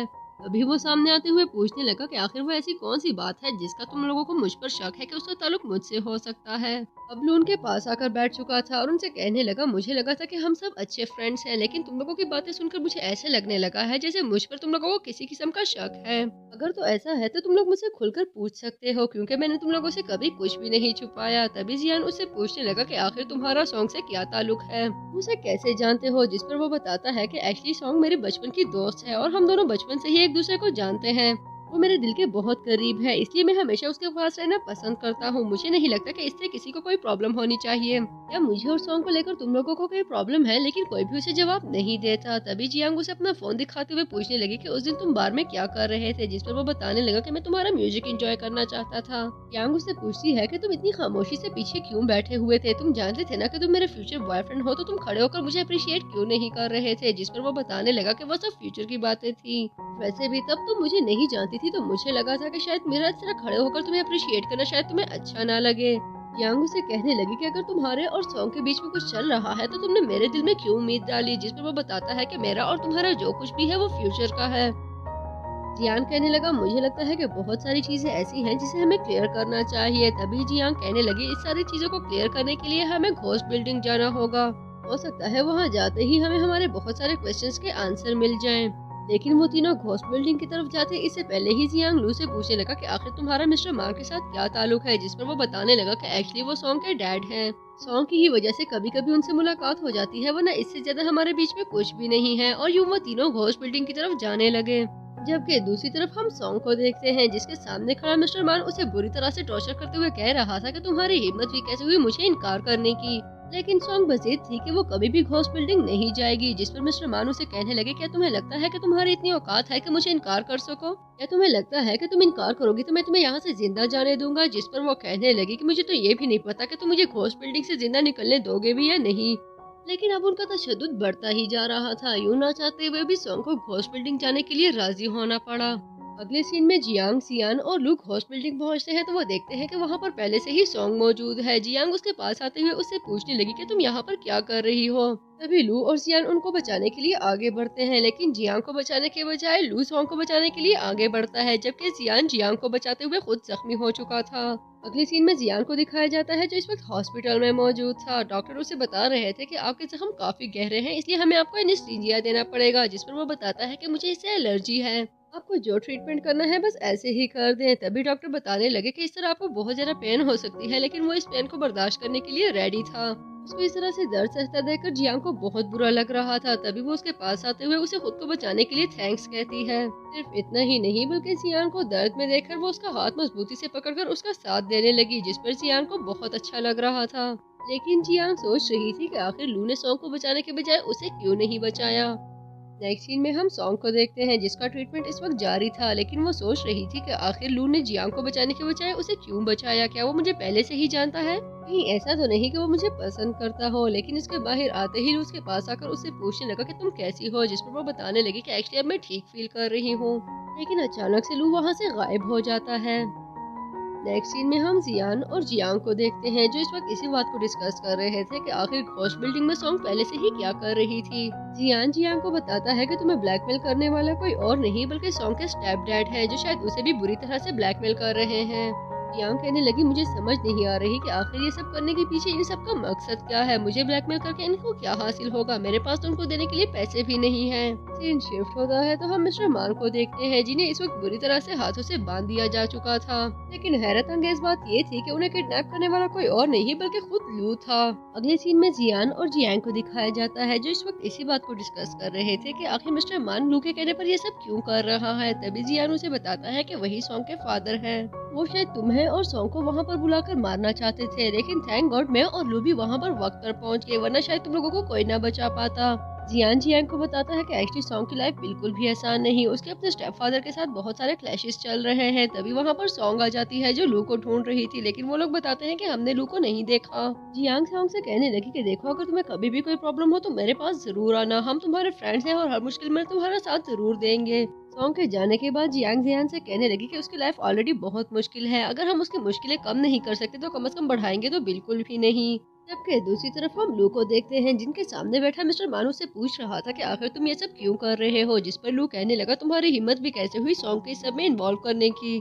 तुम्हारी वजह से उसने बहुत सफर किया है और अब तुम्हें उस सब का बदला देना होगा। तभी मिस्टर मानू से बताता है कि मेरे पास तुम्हारे फुटेज मौजूद है। लू से यूएसपी दिखाकर कहने लगा कि क्या तुम इसकी बात कर रहे थे, जिस पर वो पूछता है कि ये तुम्हें कहाँ से मिली। मैंने इसे बहुत अच्छे से छुपा कर रखा था, तुम इसको कैसे हासिल कर सकते हो। लेकिन लू से जान से मारने लगा। तभी वहाँ पर सॉन्ग आ जाती है। सॉन्ग को आता देख के ही लू दोबारा से मान को पीछे की तरफ घसीटते हुए उसे बांधकर कहने लगा कि अगर तुमने जरा सी भी आवाज निकाली तो मुझसे बुरा कोई नहीं होगा। लेकिन लू के नीचे जाते ही मान खुद को खोलने की कोशिश करता है और अपनी इस कोशिश में वो कामयाब हो गया। जबकि दूसरी तरफ सॉन्ग भी नीचे पहुंच चुकी थी। वो आते ही देखने लगी कि यहाँ पर उस दिन बार गिरी थी, जबकि मैं अच्छे से जानती हूँ कि यह एक्सीडेंटल नहीं हो सकता। मुझे देखना होगा कि यह एक्सीडेंटल था या फिर प्लान किया हुआ।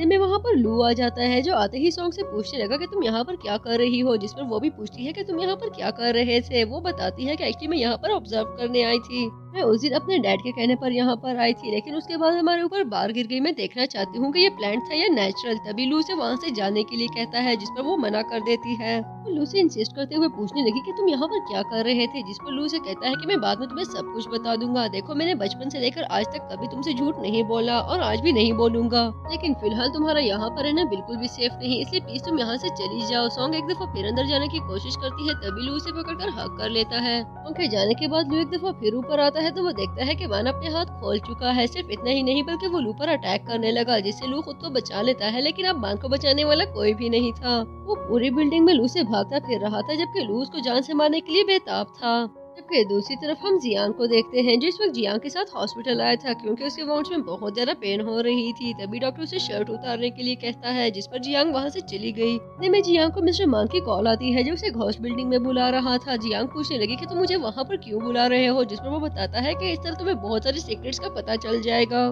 यही बात बताने के लिए जब वो जियान के पास आती है तो उसे पता चलता है कि जियान वहाँ पर मौजूद ही नहीं है। डॉक्टर बताता है कि वो हॉस्पिटल से जा चुका है। नेक्स्ट सीन में लू को दिखाया जाता है जो इस वक्त मिस्टर मान को बेदर्दी से मार रहा था। सीरीज आगे बढ़ती है तो हमें पता चलता है कि जियान वहाँ से गया नहीं बल्कि मिसेस क्वीन के आदमी उसे लेकर गए थे। तभी उसे मिसेस क्वीन के पास लाया जाता है जो आते ही उसे कहने लगी कि तुम मेरी बेटी को छोड़ने के कितने पैसे लोगे। जियान कहने लगा मैं किसी भी सूरत उसको नहीं छोड़ूंगा और ना ही मुझे आपके पैसों की कोई जरूरत है। तभी मिसेस क्वीन कहने लगी क्या तुम नहीं जानती कि वो लड़की एक कातिल है। जियान कहने लगा कि लॉन्ग की डेथ के साथ जियान का कोई लेना देना नहीं और मैं अच्छे से जानता हूँ कि वो सब एक्सीडेंटल था, उसके लिए किसी को भी ब्लेम नहीं किया जा सकता। और रही बात जियांग के साथ रहने की, तो उसके साथ रहने के लिए मुझे आपकी तो क्या किसी की भी परमिशन की कोई जरूरत नहीं। आप प्लीज मुझे मेरा फोन वापस कर दें। तभी मिसेस क्वीन उसे उसका फोन दे देती हैं, लेकिन साथ ही उसे वार्न करते हुए कहने लगी, मैं तुम्हें बता दूं कि मैं इतनी आसानी से पीछा छोड़ने वालों में से नहीं हूँ। नेक्स्ट सीन में हम जियांग को देखते हैं जो इस वक्त घोस्ट बिल्डिंग पहुंच चुकी थी। तभी उसकी नजर चेयर पर बैठे हुए मान पर पड़ती है, लेकिन करीब आते ही उसे पता चलता है कि उसकी डेथ हो चुकी है। ये देखते ही वो बहुत ज्यादा घबरा गई। इतने में वहाँ पर लू आ जाता है जो आते ही जियांग पर अटैक करने लगा, जिस पर वो पूछती है कि ये तुम क्या कर रहे हो। लू उसे कहने लगा कि तुमसे बदला लेने के लिए मैं जिंदगी का एक एक दिन गिन रहा था। जियांग उसे कहने लगी, मुझे समझ नहीं आ रही आखिर तुम मुझसे किस बात का बदला लेना चाहते हो। जिस पर वो कहने लगा, तुम वही लड़की हो ना जिसने लॉन्ग को इस बात के लिए कन्विंस किया था कि उसे अपने स्टेप डैड को मार देना चाहिए। तुमने लॉन्ग को कोई ड्रग्स दी थी जो उसे अपने डैड को पिलानी थी, और तुमने उसे कहा था कि इसके बाद मैं तुम्हारे डैड को घोस्ट बिल्डिंग बुला दूंगी और वहाँ पर आते ही मैं उनको कत्ल कर दूंगी। लेकिन उनके वहाँ पर आने के बाद लॉन्ग तुम्हारा वेट करती रही, लेकिन तुम उसके डैड को मारने के लिए नहीं आई। तुम्हारी तरफ से ना उम्मीद होने के बाद उसने खुद ही डिसाइड कर लिया कि उसे खुद अपने स्टेप डैड से जान छुड़ानी है। लेकिन ऑब्वियसली अकेले एक सालम इंसान को मारना आसान काम नहीं था। लॉन्ग उसे ना मार सकी, लेकिन उसके डैड ने उसे बिल्डिंग से गिराकर बहुत ही आसानी से इस दुनिया से भेज दिया, और अपने इस कत्ल को छुपाने के लिए उन्होंने लॉन्ग की लाश को जलाकर खाक बना दिया। लेकिन ये सब एक्चुअली सिर्फ और सिर्फ तुम्हारी वजह से हुआ है, और इसकी पेमेंट तो तुम्हें जरूर करनी पड़ेगी, बल्कि पहले से 10 गुना ज्यादा करनी पड़ेगी। इसके साथ ही वो जियांग को स्टैप करने के लिए आगे बढ़ता है, लेकिन जियांग खुद को डिफेंड करते हुए उसके हाथ से नाइफ छीन लेती है। सिर्फ इतना ही नहीं बल्कि उसने लू को अटैक करके उसे जान से मार दिया। वो बिल्कुल भी नहीं मारना चाहती थी, वो सिर्फ खुद को बचाने की कोशिश कर रही थी, इसलिए बहुत ज्यादा परेशान होने लगी। जबकि दूसरी तरफ जियान इस वक्त घोस्ट बिल्डिंग जाने की कोशिश कर रहा था, लेकिन रास्ते में ही उसकी टैक्सी खराब हो जाती है, जिस पर वो बहुत ज्यादा फ्रस्ट्रेट हो गया। लेकिन बिलाखिर उसने पैदल जाने के बारे में सोचा और खुद घोस्ट बिल्डिंग की तरफ भागने लगा। कुछ ही देर में वो घोस्ट बिल्डिंग पहुंच चुका था। तभी वो देखता है कि जियांग उसे कत्ल कर चुकी है। जियांग उसे देखते ही कहने लगी कि देखो मैंने कुछ भी नहीं किया, मैं उसे मारना नहीं चाहती थी, मैं सिर्फ खुद को डिफेंड कर रही थी। देखो जियान ये क्या हो गया, देखो यहाँ पर दो डेड बॉडीज पड़ी हैं। तभी जियान उसे कहने लगा कि तुम परेशान मत हो, मैं सब कुछ ठीक कर दूंगा, प्लीज मुझे माफ कर दो कि मैंने यहाँ पर आने में बहुत ज्यादा देर कर दी।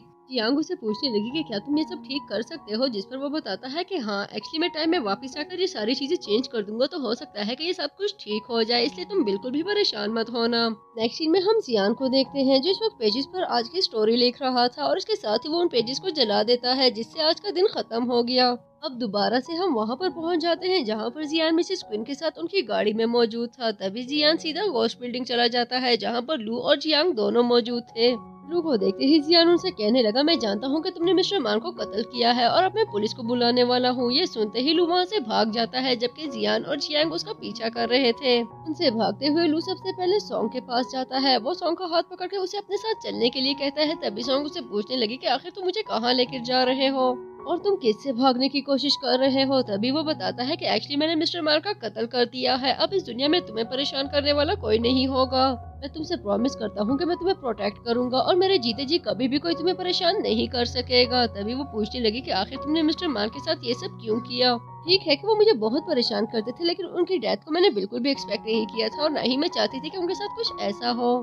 जिसके जवाब में लू से कहता है कि मेरे जीते जी कोई तुम्हें परेशान करे और तुम्हें इस तरह से तंग करे, ये मुझे बिल्कुल भी अच्छा नहीं लगता, इसलिए मैंने सोचा क्यों ना एक ही दफा में तुम्हारी जान छुड़ा ली जाए। और इसके साथ ही हमारी जबरदस्ती सीरीज का ये पार्ट अपने एंड को पहुंचा। लेकिन अगर यहाँ तक पहुँच चुके हो तो वीडियो को लाइक करना और चैनल को सब्सक्राइब करना बिल्कुल मत भूलिएगा। मजीद ऐसी जबरदस्त चाइनीज सीरीज के लिए स्टे ट्यून्ड।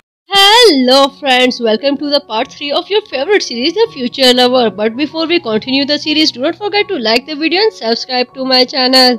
पार्ट 3 के फर्स्ट सीन में हम देखते हैं लू को, जो कि इस वक्त अपने सामने खड़ी सॉन्ग से कह रहा था कि अब तुम्हें किसी बारे में परेशान होने की कोई जरूरत नहीं, इनफैक्ट तुम्हें मिस्टर मान के बारे में भी परेशान नहीं होना चाहिए। सॉन्ग जब उससे इस सब बातों की वजह पूछती है तो वो बताने लगा कि एक्चुअली मैंने मिस्टर मान को कत्ल कर दिया है, क्योंकि मैं जानता हूँ कि उसने हमेशा से तुम्हें बुली किया। जिस पर वो पूछने लगी कि आखिर तुम ऐसा कैसे कर सकते हो, क्या तुम्हारे दिमाग ने काम करना बंद कर दिया है, तुम कैसे किसी को कत्ल कर सकते हो। और मैंने तुम्हें कभी भी नहीं कहा कि मिस्टर मान को कत्ल कर दो या उन्होंने मुझे परेशान किया है।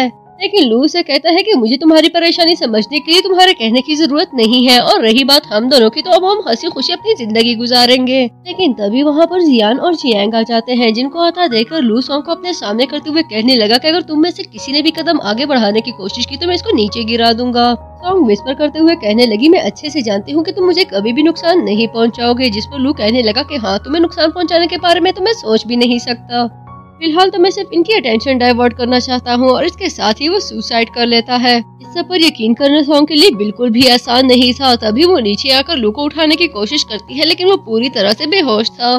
सीन शिफ्ट होता है तो हम सॉन्ग को देखते हैं, जो इस वक्त जियांग के साथ हॉस्पिटल में मौजूद थी। तभी डॉक्टर आकर कहने लगे कि अगर आप चाहें तो लू को एक दफा आखिरी बार देख सकते हैं।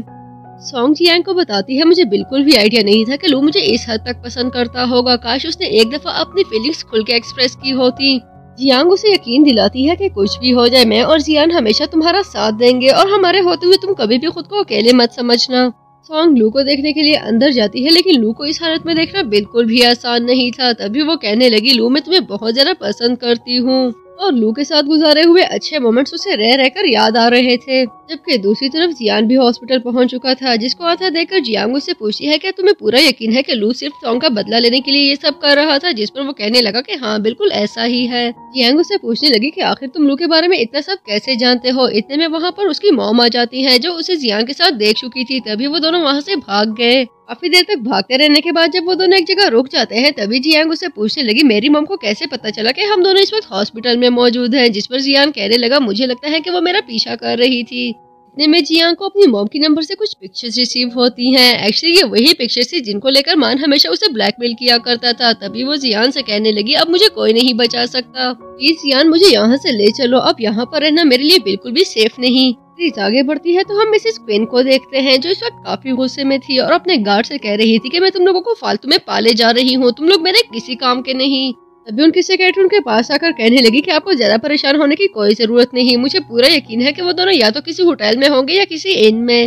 इसके जवाब में मिसेस क्वीन कहने लगी, मैं तुम्हें साफ साफ बता दूं कि मुझे वो दोनों चाहिए हर हालत में, चाहे जिंदा हो या मुर्दा। जबकि दूसरी तरफ हम जियान और जियांग को देखते हैं, जो इस वक्त होटल में चेक इन कर रहे थे। उनसे आईडी कार्ड्स मांगे जाते हैं, लेकिन उन दोनों के पास आईडी कार्ड्स नहीं थे। तभी उनसे ज्यादा पेमेंट ली गई, लेकिन उन्हें रूम मिल जाता है। कुछ ही देर में वो दोनों रूम में मौजूद थे तो बहुत ज्यादा ऑकवर्ड फील कर रहे थे। तभी जियान कहने लगा कि तुम्हें परेशान होने की कोई जरूरत नहीं, मैं काउच पर सो जाऊंगा।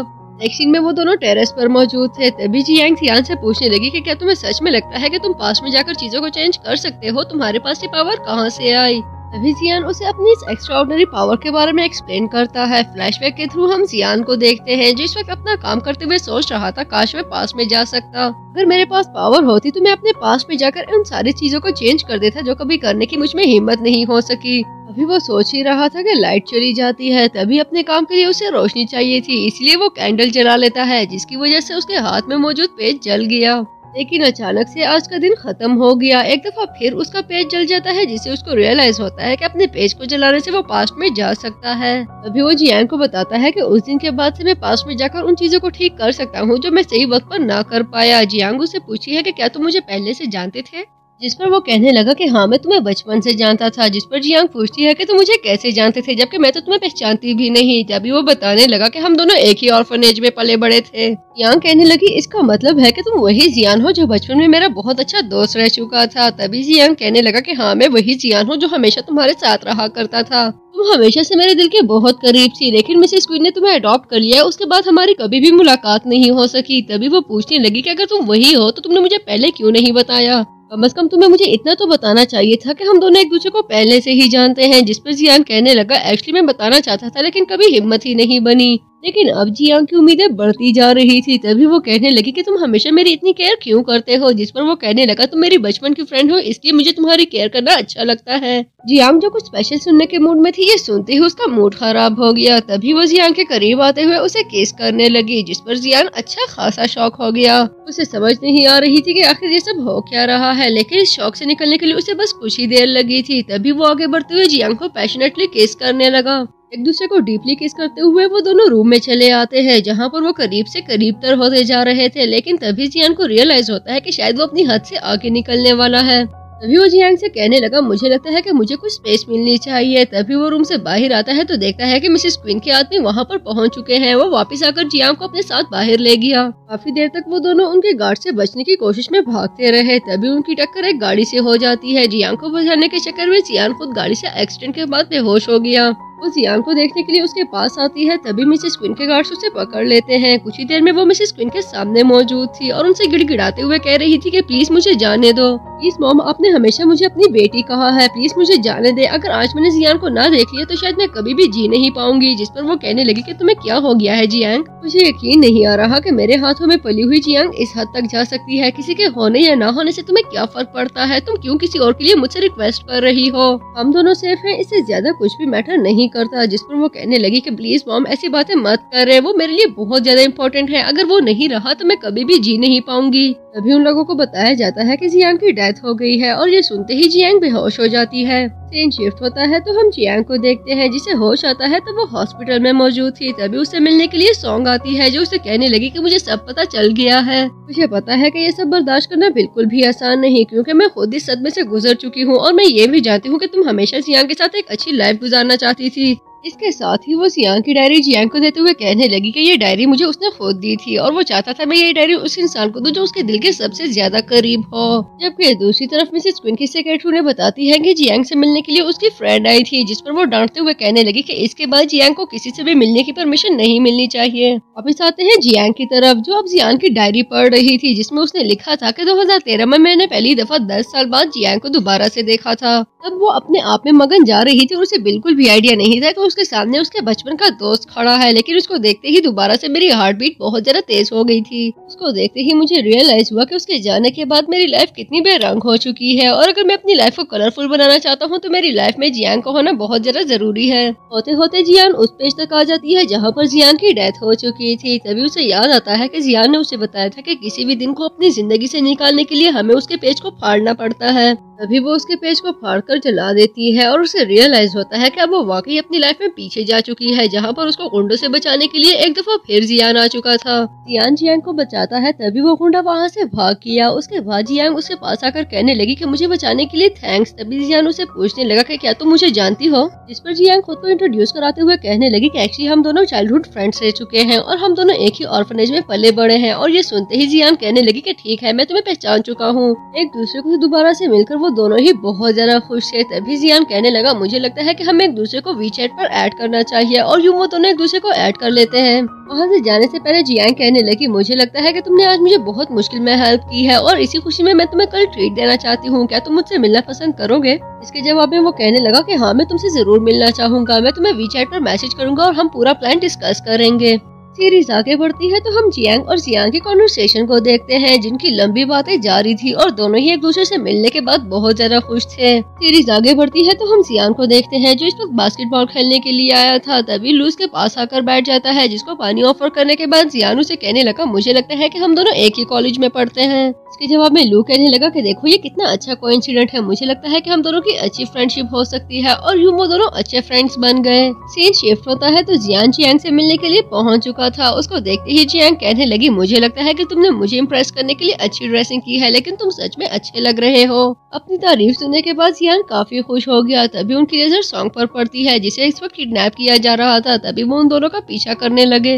उन्हें सॉन्ग तक पहुंचने में बस कुछ ही देर लगी। तभी उन्हें रियलाइज होता है कि सॉन्ग को किडनैप करने वाला कोई और नहीं बल्कि खुद उसके स्टेप डैड मिस्टर मान थे। सॉन्ग को बचाने पर जियांग काफी रिलैक्स फील करने लगी। तभी उसकी नजर सॉन्ग की बॉडी पर मौजूद काफी सारे ब्रूसेस पर पड़ती है, लेकिन सॉन्ग इस बात को रिवील नहीं करना चाहती थी। जबकि जियांग मिस्टर मान को लेकर बहुत ज्यादा गुस्से में था और उन्हें बुरी तरह से मार रहा था। तभी वो कहने लगा देखो तुम दोनों मुझे गलत समझ रहे हो, मैं सिर्फ अपनी बेटी को एक अच्छा सबक सिखाना चाहता था। वो मेरी बेटी है और मैं सिर्फ उसको सीधे रास्ते पर लाना चाहता था। मैं उसे किडनैप करके कोई गलत काम नहीं करना चाहता था, इसलिए प्लीज मुझे किडनैपर की तरह डील करना बंद करो। एपिसोड नंबर 17 के फर्स्ट सीन में हम देखते हैं जियान और जियांग को, जो कि इस बात पर काफी सेटिस्फाइड थे कि उन्होंने सॉन्ग को उसके डैड की ब्रूटैलिटी से बचा लिया। तभी वहाँ पर सॉन्ग और लू आ जाते हैं। जियांग को देखते ही लू काफी खुश हो जाता है। तभी जियांग पूछती है कि क्या तुम हॉस्टल जा रही हो, जिस पर सॉन्ग कहने लगी कि एक्चुअली मैं हॉस्टल की तरफ ही जा रही थी। जियांग सॉन्ग से लू के बारे में पूछती है, जिस पर वो बताने लगी कि एक्चुअली हम दोनों बहुत पुराने फ्रेंड्स हैं। जिस पर वो कहने लगी कि इतना हैंडसम लड़का और सिर्फ तुम्हारा फ्रेंड है, मुझे लगता है कि ये तुम्हारा बॉयफ्रेंड होना चाहिए।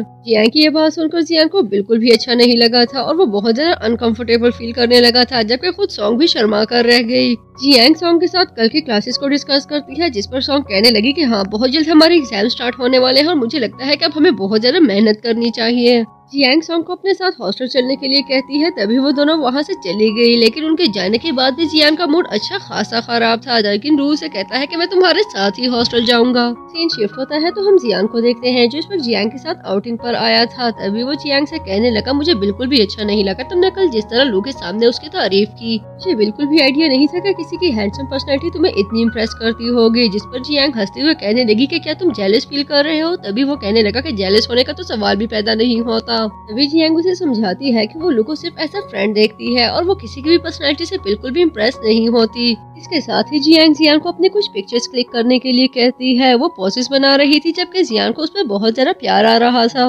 जबकि दूसरी तरफ हम मिसेस क्वीन को देखते हैं, जिनकी सेक्रेटरी उन्हें बताती है कि किस तरह जियांग ने अपनी फ्रेंड को डोमेस्टिक वायलेंस से बचाया, जिस पर उन्हें बहुत ज्यादा गुस्सा आने लगा।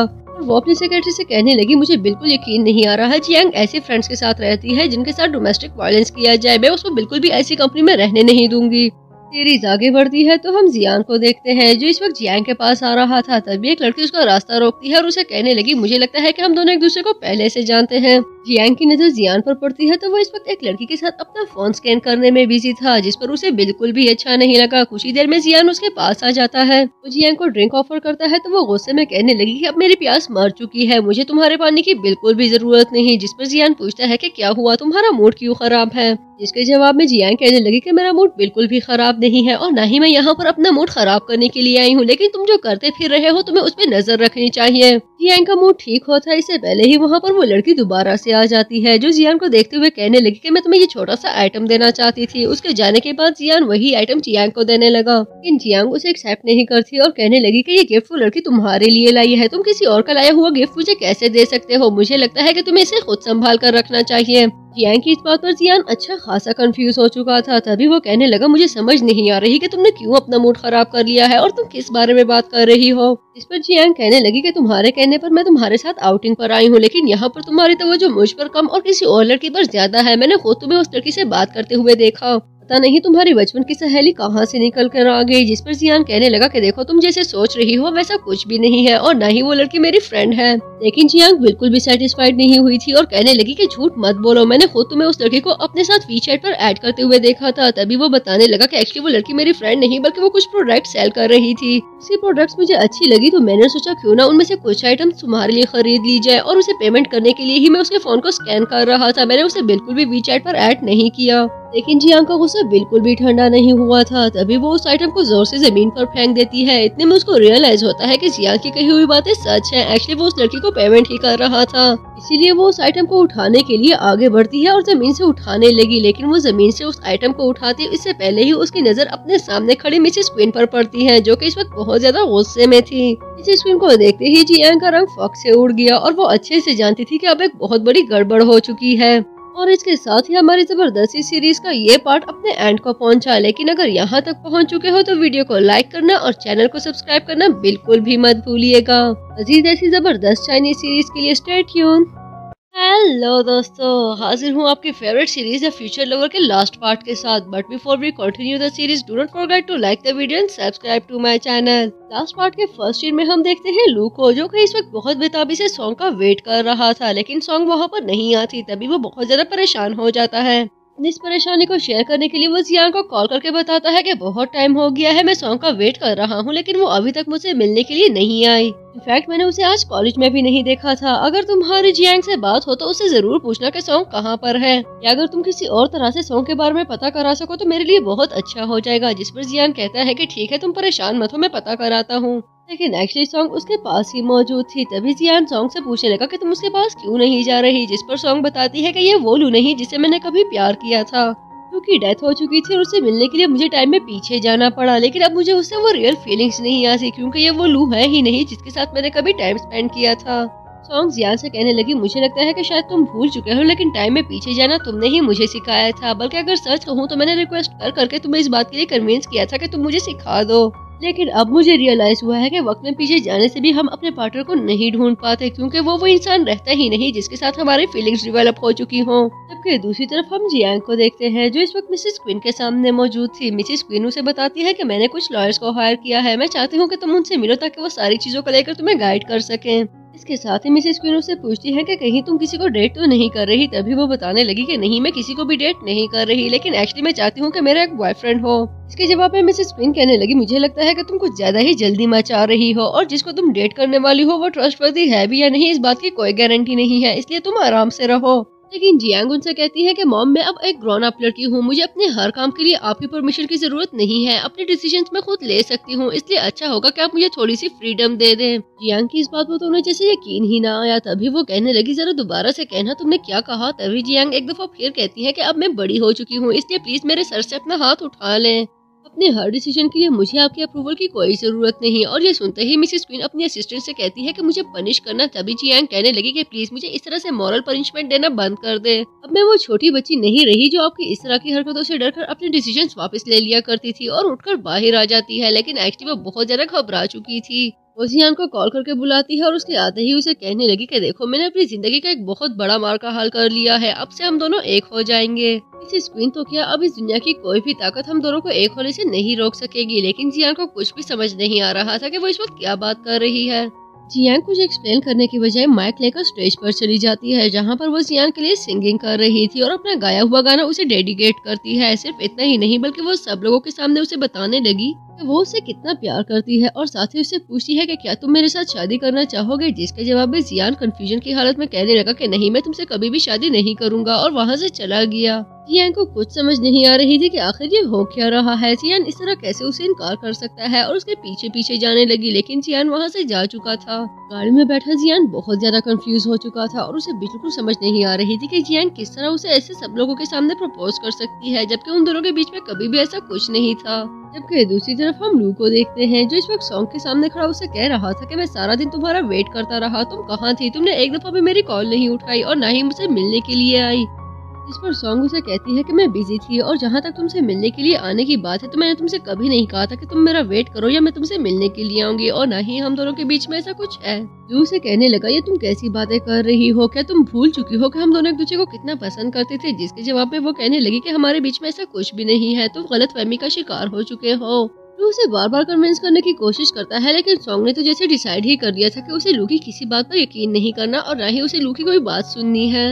इसलिए वो सीधे सीधे उसे बता देती है कि मेरे और तुम्हारे बीच में कुछ भी नहीं है, इसलिए प्लीज मुझसे दूर रहो और इस तरह से मुझे बार बार परेशान मत करो। सीरीज आगे बढ़ती है तो हम जियान को देखते हैं, जो इस वक्त सॉन्ग के साथ क्लासरूम में मौजूद था, और वो दोनों एक दूसरे को बताते हैं कि उन्होंने अपने पार्टनर्स को रिजेक्ट कर दिया है। तभी वहाँ पर लू आ गया, जो आते ही पूछने लगा कि तुम दोनों यहाँ पर एक साथ क्या कर रहे हो। जिसके जवाब में वो कहने लगे, हमें लगता है कि हमें यहाँ से जाना चाहिए, लेकिन लू उन्हें जाने से मना कर देता है। इतने में वहाँ पर जियांग आ गई। लू एक दफा फिर उनसे पूछता है कि आखिर तुम दोनों यहाँ पर क्या कर रहे थे एक साथ। जिस पर वो कहने लगी कि एक्चुअली मैं जियान को पसंद करती हूँ, बल्कि हम दोनों ही एक दूसरे को पसंद करते हैं, इसीलिए हम दोनों एक साथ हैं। तुम्हारा इस तरह हमसे क्वेश्चन करने का कोई हक नहीं बनता, इसलिए अच्छा होगा कि तुम हमसे दूर रहो और हमें अपनी लाइफ आराम से जीने दो। जियान को तो जैसे यकीन ही नहीं आ रहा था। तभी वो जियान से पूछने लगी कि क्या तुम दोनों एक साथ हो। जिसके जवाब में वो कहता है कि हाँ, सॉन्ग की कही हुई बात बिल्कुल सही है, मैं और सॉन्ग एक साथ हैं और मुझे नहीं लगता कि सॉन्ग के होते हुए मुझे अपनी लाइफ में किसी और की जरूरत पड़ सकती है, इसलिए अच्छा होगा कि तुम दोनों हम लोगों से दूर रहो। लू और जियांग को बिल्कुल भी आइडिया नहीं था कि टाइम में पीछे जाने से न सिर्फ इंसान वापस आ जाता है, बल्कि उस इंसान की पर्सनैलिटी और उसकी फीलिंग्स भी चेंज हो चुकी होती है, और ये सब इसी का असर था। अगले सीन में जियान और सॉन्ग को दिखाया जाता है, जो दोनों एक साथ टाइम स्पेंड कर रहे थे, लेकिन जियान के वहाँ से जाने के बाद लू वहाँ आकर सॉन्ग को अपने साथ ले जाता है। सॉन्ग उससे पूछने लगी कि तुम मुझे कहाँ लेकर आए हो। जिस पर वो पूछता है कि क्या तुम सच में मुझे पसंद नहीं करती। तभी सॉन्ग उसे बताती है कि हाँ, मैं सिर्फ और सिर्फ जियान को पसंद करती हूँ, बल्कि अगर सच कहूँ, जिस तरह तुम मुझे परेशान कर रहे हो, अगर इसी तरह चलता रहा तो तुम्हें पसंद करना तो दूर की बात, शायद मैं तुमसे नफरत करने लगूं। तभी लू आगे बढ़ते हुए उसे जबरदस्ती केस करने लगा। इस पर सॉन्ग को बहुत ज्यादा गुस्सा आ जाता है और वो लू को धक्का देकर पीछे की तरफ गिराने लगी। तभी लू उसे लॉक करके वहाँ से चला गया। लू के जाने के बाद जियांग खिड़की से कूदकर अंदर आती है। उसको देखते ही सॉन्ग पूछने लगी कि तुम यहाँ पर क्या कर रही हो। जिस पर जियांग बताती है कि मैं तुम्हें बचाने के लिए आई हूँ। लू तुमसे बहुत प्यार करता है और मैं सच में चाहती हूँ कि तुम दोनों एक हो जाओ, लेकिन वो तुम्हें नुकसान पहुँचाइए मैं बिल्कुल भी नहीं चाहूंगी, इसलिए मैंने सोचा मैं यहाँ पर आकर तुम्हें बचा लूँ। जियांग सॉन्ग को लेकर वहाँ से जाती से पहले ही लू वापस आ जाता है। जियांग को देखते ही वो पूछने लगा कि तुम यहाँ पर क्यों आई हो। जिस पर वो बताती है कि मैं सॉन्ग को यहाँ से लेकर जाने के लिए आई हूँ, क्योंकि तुम उसके साथ जबरदस्ती नहीं कर सकते। लू सॉन्ग से कहने लगा तुमने सुबह से कुछ नहीं खाया और देर हो रही है। मेरा ख्याल है कि कॉलेज का कैफेटेरिया भी बंद हो चुका होगा, इसलिए मैं तुम्हारे लिए खाना लाया हूँ। जल्दी से तीनों खाना खा लेते हैं। लू सॉन्ग को बताता है कि मैं सारी डिशेस तुम्हारी फेवरेट लाया हूँ, जिस पर वो कहने लगी कि प्लीज लू ऐसा मत करो, इतना नाइस बनने की जरूरत नहीं है, हम दोनों एक नहीं हो सकते। जबकि दूसरी तरफ हम जियान को देखते हैं जो इस वक्त गाड़ी में बेहोशी की हालत में पड़ा था। जब उसको होश आता है तो वो मिसेस क्वीन के सामने मौजूद था और उसको देखते ही मिसेस क्वीन पूछने लगी कि मैं दोबारा तुमसे पूछती हूँ, मेरी बेटी को छोड़ने की तुम्हारी क्या कंडीशन है? जिस पर जियान कहने लगा कि ठीक है, मैं तुम्हारी बेटी को छोड़ता हूँ, आइंदा तुम कभी भी मुझे उसके साथ नहीं देखोगी, लेकिन मुझे इस तरह से किडनैप करने की गलती आइंदा मत करना। मिसेस क्वीन पूछती है कि इसके बदले में तुम क्या लोगे? जिस पर वो कहने लगा मुझे आपसे किसी चीज की कोई जरूरत नहीं है, लेकिन आइंदा मेरी लाइफ में इंटरफेयर करने की गलती बिल्कुल भी मत करना।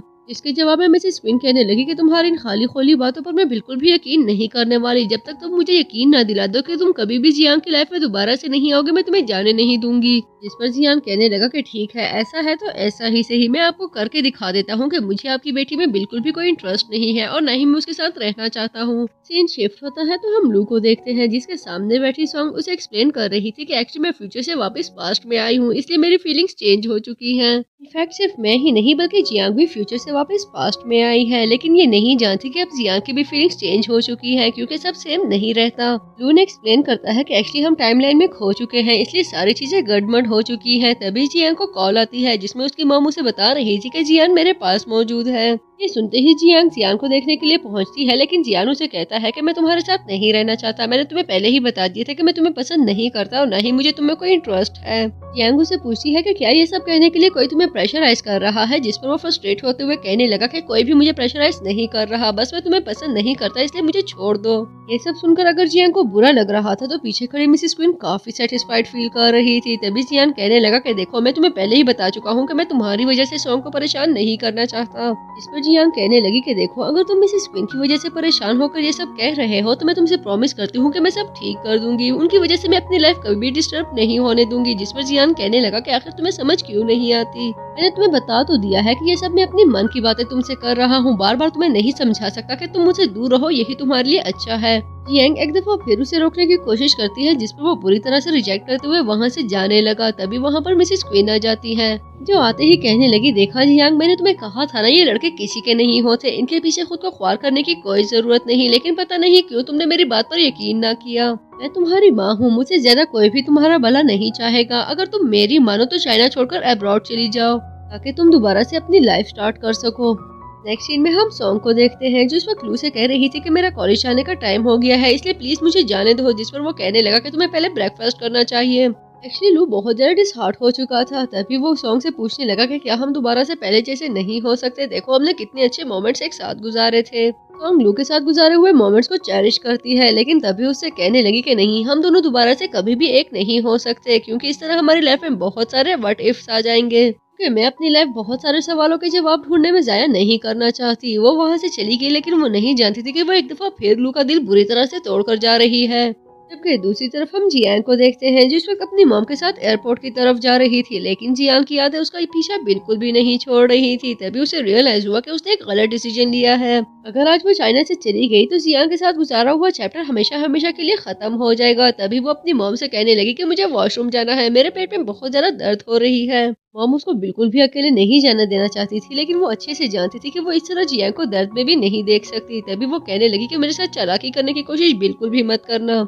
आखिर वो गाड़ी रुकवा देती है, लेकिन वो अपने गार्ड को भी उसके साथ भेजने लगी। लेकिन कुछ ही देर में वो उसे धोखा देकर वहाँ से भाग चुकी थी। गार्ड को धोखा देकर वापस भेजने के बाद वो एक शॉप के अंदर जाकर जियांग को कॉल करके बताती है कि उसका एक्सीडेंट हो चुका है और उसकी तबीयत बहुत ज्यादा खराब है। अब शायद मैं ज्यादा दिन ना जी पाऊँ। अगर तुम्हारे मन में मेरे लिए जरा सी भी जगह है तो वहाँ पर मुझसे मिलने के लिए आ जाना, जहाँ पर हम लास्ट टाइम मिले थे। जबकि दूसरी तरफ मिसेस क्वीन बहुत ज्यादा गुस्से में थी और अपने गार्ड से कह रही थी, मुझे समझ नहीं आ रही कि मैं तुम सबको सैलरी किस बात की देती हूँ, हर मिशन तुम लोग फेल करके वापस आ जाते हो। मुझे तो यकीन नहीं आ रहा कि कल की लड़की इतने एक्सपीरियंस्ड गार्ड को धोखा देकर भाग गई। नेक्स्ट सीन में हम जियान को देखते हैं जो इस वक्त जियांग के साथ मौजूद था और उसे पूछ रहा था कि तुमने मुझसे झूठ क्यों बोला, तुमने मुझे कहा था कि तुम्हारी तबीयत बहुत ज्यादा खराब है। लेकिन जियांग तो जैसे आज फुल विक्ट्री के मूड में थी। तभी वो कहने लगी कि अगर मैंने बोल ही दिया था कि मेरी तबीयत खराब है तो तुम्हें इस तरह भाग के आने की क्या जरूरत थी, जबकि तुम मुझे पसंद भी नहीं करते। देखो जियान, मैं जानती हूँ कि तुम्हारे मन में मेरे लिए बिल्कुल भी फीलिंग्स नहीं है, लेकिन क्या तुम भूल चुके हो? तुमने ही मुझे बताया था कि तुम मेरे फ्यूचर बॉयफ्रेंड बनने वाले हो। जिस लड़की को तुम पसंद करते हो वो सॉन्ग नहीं बल्कि मैं हूँ, लेकिन मैं फ्यूचर से लौट कर आई हूँ, इसलिए शायद तुम्हारे मन में मेरे लिए फीलिंग्स डेवलप होने में कुछ टाइम लग जाए। लेकिन मुझे डर इस बात का है कि अगर तुमने बहुत ज्यादा टाइम ले लिया तो शायद ये दुनिया हम दोनों को अलग कर दे, इसलिए तुम्हें टाइम पर फैसला लेना होगा। जियांग अपनी बातों से जियान को पूरी तरह से कन्विंस कर चुकी थी। तभी वो कहने लगा, मेरा ख्याल है कि तुम बिल्कुल सही कह रही हो, शायद मैं अपनी फीलिंग्स को चेंज करने में बहुत ज्यादा टाइम ले रहा हूँ। जियांग उसे कहने लगी कि अगर तुम मुझे दोबारा से अपनाना चाहते हो तो फिर पिछली बार तुमने जिस बात का जवाब नहीं दिया था, आज मुझे उस बात का जवाब दे दो। तभी जियान उसे बताता है कि मैं भी तुमसे बहुत ज्यादा प्यार करता हूँ, और साथ ही वो दोनों एक पैशनेट से किस शेयर करते हैं। सिर्फ इतना ही नहीं बल्कि कुछ ही देर में वो दोनों एक बेडरूम में मौजूद अपने इंटीमेट मोमेंट्स को एंजॉय कर रहे थे। सीन में हम सॉन्ग को देखते हैं जो इस वक्त जियांग और जियान के साथ खड़ी थी। तभी वहाँ पर गाड़ी आ जाती है, जिनमें मौजूद गार्ड्स को देखती ही वो पूछने लगी कि आखिर ये कौन लोग हैं। इसके जवाब में जियांग उन्हें बताती है कि एक्चुअली ये मेरी मॉम के आदमी हैं, ये मेरा और जियान का पीछे कभी नहीं छोड़ेंगे, इसलिए अच्छा होगा कि हम जाकर उन्हें फेस कर लें। वो दोनों उस गाड़ी में वहाँ से जा चुके थे। तभी सॉन्ग वहाँ पर अकेली खड़ी थी, लेकिन कुछ ही देर में सॉन्ग की डेथ हो जाती है। नेक्स्ट सीन में हम लू को देखते हैं जो इस वक्त दीवानों की तरह हॉस्पिटल की तरफ भाग रहा था। तभी उसका सामना कुछ नर्सेस से होता है जिनसे वो सॉन्ग के बारे में पूछने लगा। तभी वो नर्स उन्हें बताती है कि सॉन्ग की डेथ हो चुकी है। वो खुलकर रोने लगा क्योंकि ये सदमा बर्दाश्त करना उसके लिए बिल्कुल भी आसान नहीं था। तभी नर्स उसे बताती है कि शायद किसी ने इसे धक्का देकर बिल्डिंग से नीचे गिरा दिया था। हमने इन्हें बचाने की बहुत कोशिश की, लेकिन इनका बहुत सारा खून बह चुका था, इसलिए इनको बचाना आसान नहीं था। ये सुनते ही लू को बहुत ज्यादा गुस्सा आने लगा, और वो अच्छे से जानता था कि उसके पीछे किसका हाथ हो सकता है। तभी उसे मान तक पहुंचने में बस कुछ ही देर लगी। वो मान को बुरी तरह से पीटते हुए कहने लगा, तुम्हारी हिम्मत भी कैसे हुई सॉन्ग को इस हद तक नुकसान पहुंचाने की। जिस पर वो कहने लगा कि देखो, जैसे तुम सोच रहे हो वैसा कुछ भी नहीं है, प्लीज मुझे मारो मत, मैं तुम्हें सारी बात खुलकर बताता हूँ। फ्लैशबैक के थ्रू हम मिस्टर मान को देखते हैं जिस वक्त सॉन्ग के साथ एक बिल्डिंग की रूफ टॉप पर मौजूद था। सॉन्ग वहाँ से जाना चाह रही थी, लेकिन मिस्टर मान उसका रास्ता रोककर उससे पूछ रहे थे कि क्या तुम और तुम्हारे फ्रेंड्स मिलकर मुझे फंसाना चाहते हो? तुम्हें क्या लगता है कि मैं तुम्हें ये करने दूंगा? लेकिन सॉन्ग उसे बताती है कि जैसा तुम सोच रहे हो वैसा कुछ भी नहीं है, और न ही मुझे तुम्हें फंसाने का कोई शौक है। इसीलिए वो कहने लगा कि देखो लड़की, तुम अपनी हद में रहो, वरना मैं आज ही तुम्हारी मॉम को हॉस्पिटल से उठाकर बाहर फेंकवा दूंगा। इसी बात पर उन दोनों की अच्छी खासी बहस हो जाती है, और इसी बहस के दौरान वो गलती से सॉन्ग को धक्का देकर बिल्डिंग से नीचे गिरा देता है। लेकिन अपने इस किए पर उसे बिल्कुल भी अफसोस नहीं था। तभी वो लू से कहने लगा कि अगर तुम्हें उसे इतने ही प्यार था तो तुम्हें उसे प्रोटेक्ट करना चाहिए था। क्या फायदा तुम्हारे इतने प्यार का जब तुम उसको सिक्योर ही फील ना करवा सको। इनफैक्ट मुझे लगता है कि उसकी डेथ मेरी नहीं बल्कि तुम्हारी वजह से हुई है, क्योंकि अगर मैं किसी से सच्चा प्यार करता तो मैं हमेशा उसको प्रोटेक्ट करता, जबकि तुमने ऐसा नहीं किया। जबकि दूसरी तरफ हम जियान और जियांग को देखते हैं जिस वक्त मिसेस क्वीन के सामने मौजूद थे। तभी मिसेस क्वीन कहने लगी, मैं जानती हूँ कि तुम दोनों एक दूसरे को पसंद करते हो, और मैं भी तुम लोगों के कपल को अप्रूव करती हूँ। और हाँ, मैंने तुम लोगों के लिए अपने घर में एक रूम सेट करवा दिया है, तुम लोग वहीं पर शिफ्ट हो जाओ, क्योंकि तुम लोगों को हर वक्त मेरी नजरों के सामने रहना होगा। तभी जियांग कहने लगी कि मम्मी आप कैसी बातें कर रही हैं, आपकी नजरों के सामने रहना तो दूर की बात, मैं तो इस घर में भी नहीं रहना चाहती। तभी वो कहने लगी कि तुम इस तरह कैसे मुझे इनकार कर सकती हो? क्या तुम भूल चुकी हो कि मैंने ही तुम्हें पाल पोस कर बड़ा किया था? मेरी एक बहुत ही प्यारी बहन की बेटी हो, इसी वजह से मुझे तुमसे बहुत प्यार है, लेकिन तुम्हें लेकर मैं बिल्कुल भी रिस्क नहीं लेना चाहती, क्योंकि मैं पहले ही अपनी सिस्टर को खो चुकी हूँ। हर टाइम मुझे बस एक यही धड़का लगा रहता है कि कहीं अपनी बहन की तरह मैं तुम्हें भी खो ना दूं, और इसी वजह से मैं तुम्हें कभी भी अपनी नजरों से दूर नहीं रखना चाहती। लेकिन जियांग उनका साथ देने से पूरी तरह से इनकार करते हुए कहने लगी कि मैं कभी भी आपकी नजरों के सामने नहीं रहना चाहूंगी। सिर्फ वही नहीं बल्कि जियान भी कहता है कि आप ऐसा नहीं कर सकती। किसी से प्यार करने का मतलब ये नहीं होता कि हम उसकी जिंदगी को तंग करके उसे अपने पल्लू से बांध के रख लें, बल्कि किसी से प्यार करने का मतलब ये होता है कि हम उसे आजादी से उड़ने की इजाजत दे दें। तो वो दोनों मिसेस क्वीन को रोता हुआ छोड़कर बाहर आ जाते हैं। तभी जियांग कहने लगी कि मुझे बिल्कुल भी अच्छा नहीं लग रहा, उन्होंने मुझे हमेशा अपने बच्चों की तरह पाला, और आज मैं उनको इस तरह से दुखी करके यहाँ से जा रही हूँ। नेक्स्ट सीन में हम मिसेस क्वीन को देखते हैं जो इस वक्त अपने ख्यालों में खोई हुई थी और कह रही थी कि बिल्कुल सही कहा जियान ने, हमें वाकई उन लोगों को अपने साथ बांध कर नहीं रखना चाहिए जिनसे हम प्यार करते हो। शायद मैंने जियांग के साथ बहुत बड़ी नाइंसाफी कर दी, मैंने उससे यकीनन जिंदगी के बहुत खूबसूरत पल छीने होंगे, मुझे उससे इतनी सख्ती नहीं बरतनी चाहिए थी। इतना अच्छा होता कि अगर मैं हमेशा से उसे खुली फिजा में आजादी के साथ उड़ने की इजाजत दे देती। तभी उनसे मिलने के लिए जियान और जियांग आ जाते हैं। जियांग को देखते ही मिसेस क्वीन कहने लगी कि प्लीज मुझे माफ कर दो, मैं जानती हूँ कि मैंने तुम्हारे साथ कुछ ज्यादतियाँ कर दी, लेकिन एक्चुअली मैं ये सब सिर्फ तुम्हारे लिए कर रही थी, मैं तुम्हें किसी भी सूरत खोना नहीं चाहती। जियांग प्लीज, अगर तुम्हारे मन में मेरे लिए कोई भी बुरी बात हो तो प्लीज उसे निकाल देना, और याद रखो कि मैं हमेशा तुमसे बहुत ज्यादा प्यार करती हूँ और करती रहूंगी। प्लीज मुझसे दूर जाने के बारे में सोचना भी मत। जियांग उनकी बातें सुनकर बहुत ज्यादा खुश हो जाती है और उनसे कहने लगी कि आप मेरे साथ हैं, इससे ज्यादा मुझे कुछ नहीं चाहिए। इसके साथ ही मिसेस क्वीन जियान से भी माफी मांगती है, जिसके जवाब में जियान कहने लगा, मुझे नहीं लगता कि आपको मुझसे या जियांग से माफी मांगनी चाहिए। देखे पास्ट अच्छा हो या बुरा, वो पास्ट ही होता है, हमें उसे अपने सर पर सवार नहीं करना चाहिए। आपका हाथ हमारे सर पर रहे, इससे ज्यादा मैं कुछ भी नहीं चाहती। तभी वो कहने लगी कि देखो जियान, आज से तुम्हें ही जियांग का ख्याल रखना होगा और हाँ, तुम दोनों को मुझसे मिलने के लिए हमेशा आना पड़ेगा। जबकि दूसरी तरफ हम लू को देखते हैं, जो इस वक्त टाइम में पीछे जाने की कोशिश कर रहा था, क्योंकि वो किसी भी तरह सॉन्ग को हासिल करना चाहता था, लेकिन हमेशा की तरह आज ये पॉसिबल नहीं रहा था, जिस पर उसे बहुत ज्यादा गुस्सा आ जाता है और वो चिल्लाते हुए कहने लगा कि ये सब जियांग की वजह से हुआ है। मैंने उसे पहले ही बोल दिया था कि हमें टाइम में वापस जाना चाहिए, लेकिन उसने मुझे मना कर दिया था। पिछली बार की तरह इस बार भी वही सॉन्ग की कातिल है, लेकिन मैं देखता हूँ कि इस बार उसे मुझसे कौन बचाता है। अगर सॉन्ग इस दुनिया में नहीं रही तो उसके पास भी जीने का कोई हक नहीं रहता। सीन शिफ्ट होता है तो हम जियांग को देखते हैं, जिसके साथ जियांग भी थी और वो दोनों वॉक कर रहे थे। तभी वो जियांग से कहने लगा कि आज मैं तुम्हारी बहुत सारी पिक्चर्स क्लिक करना चाहता हूँ, लेकिन वो पिक्चर्स क्लिक करता इससे पहले ही वहाँ पर लू आ जाता है, जो आते ही जियांग को बुरी तरह से स्टैप करने लगा और यूं जियांग की डेथ हो जाती है। जियांग को तो जैसे इस सब पे यकीन ही नहीं आ रहा था कि उसने अपनी आंखों से ये क्या देख लिया। तभी वो जियांग को संभालते हुए कहने लगा कि लू, तुम ऐसा कैसे कर सकते हो। जिसके जवाब में लू कहता है कि तुम्हारी खातिर मैं इसे एक दफा पहले बख्श चुका हूँ, लेकिन इसको दूसरी दफा माफ करना मेरे लिए बहुत ज्यादा मुश्किल था। लू ये एक्सप्लेनेशन देते हुए वहाँ से भागने की कोशिश कर रहा था, लेकिन उसे अंदाजा ही नहीं था कि सामने वैन कितनी तेजी से आ रही है। वैन उसे बुरी तरह से टक्कर मारते हुए दूर फेंक चुकी थी, जिससे लू की उसी वक्त डेथ हो गई। और ये सब देखते हुए जियान बुरी तरह से चिल्लाते हुए कहने लगा कि आज मेरी जिंदगी का कितना अजीब दिन है। ड्रामा के एंड में हमें बताया जाता है कि मान को पुलिस अरेस्ट कर चुकी है, जबकि रेस्क्यू टीम की टाइम पर पहुंचने के बावजूद भी जियांग और लू को बचाया नहीं जा सका। नेक्स्ट सीन में हम मिस्टर जियान को देखते हैं, जो कि इस वक्त अपने लास्ट 50s में था और सोच रहा था मेरे फ्रेंड्स ऐसे थे कि उनके साथ मुझे अपना आप जिंदगी का सबसे लकी इंसान फील होता था, लेकिन देखो आज उनमें से कोई भी मेरे साथ मौजूद नहीं है। शायद मैं इस दुनिया का सबसे बदनसीब इंसान हूँ। और इसके साथ ही हमारी ये जबरदस्त सी ट्रेजेडी अपने एंड को पहुंची। लेकिन अगर यहाँ तक पहुँच चुके हो तो वीडियो को लाइक करना और चैनल को सब्सक्राइब करना बिल्कुल भी मत भूलिएगा। मजीद ऐसी जबरदस्त चाइनीज सीरीज के लिए स्टे ट्यून्ड।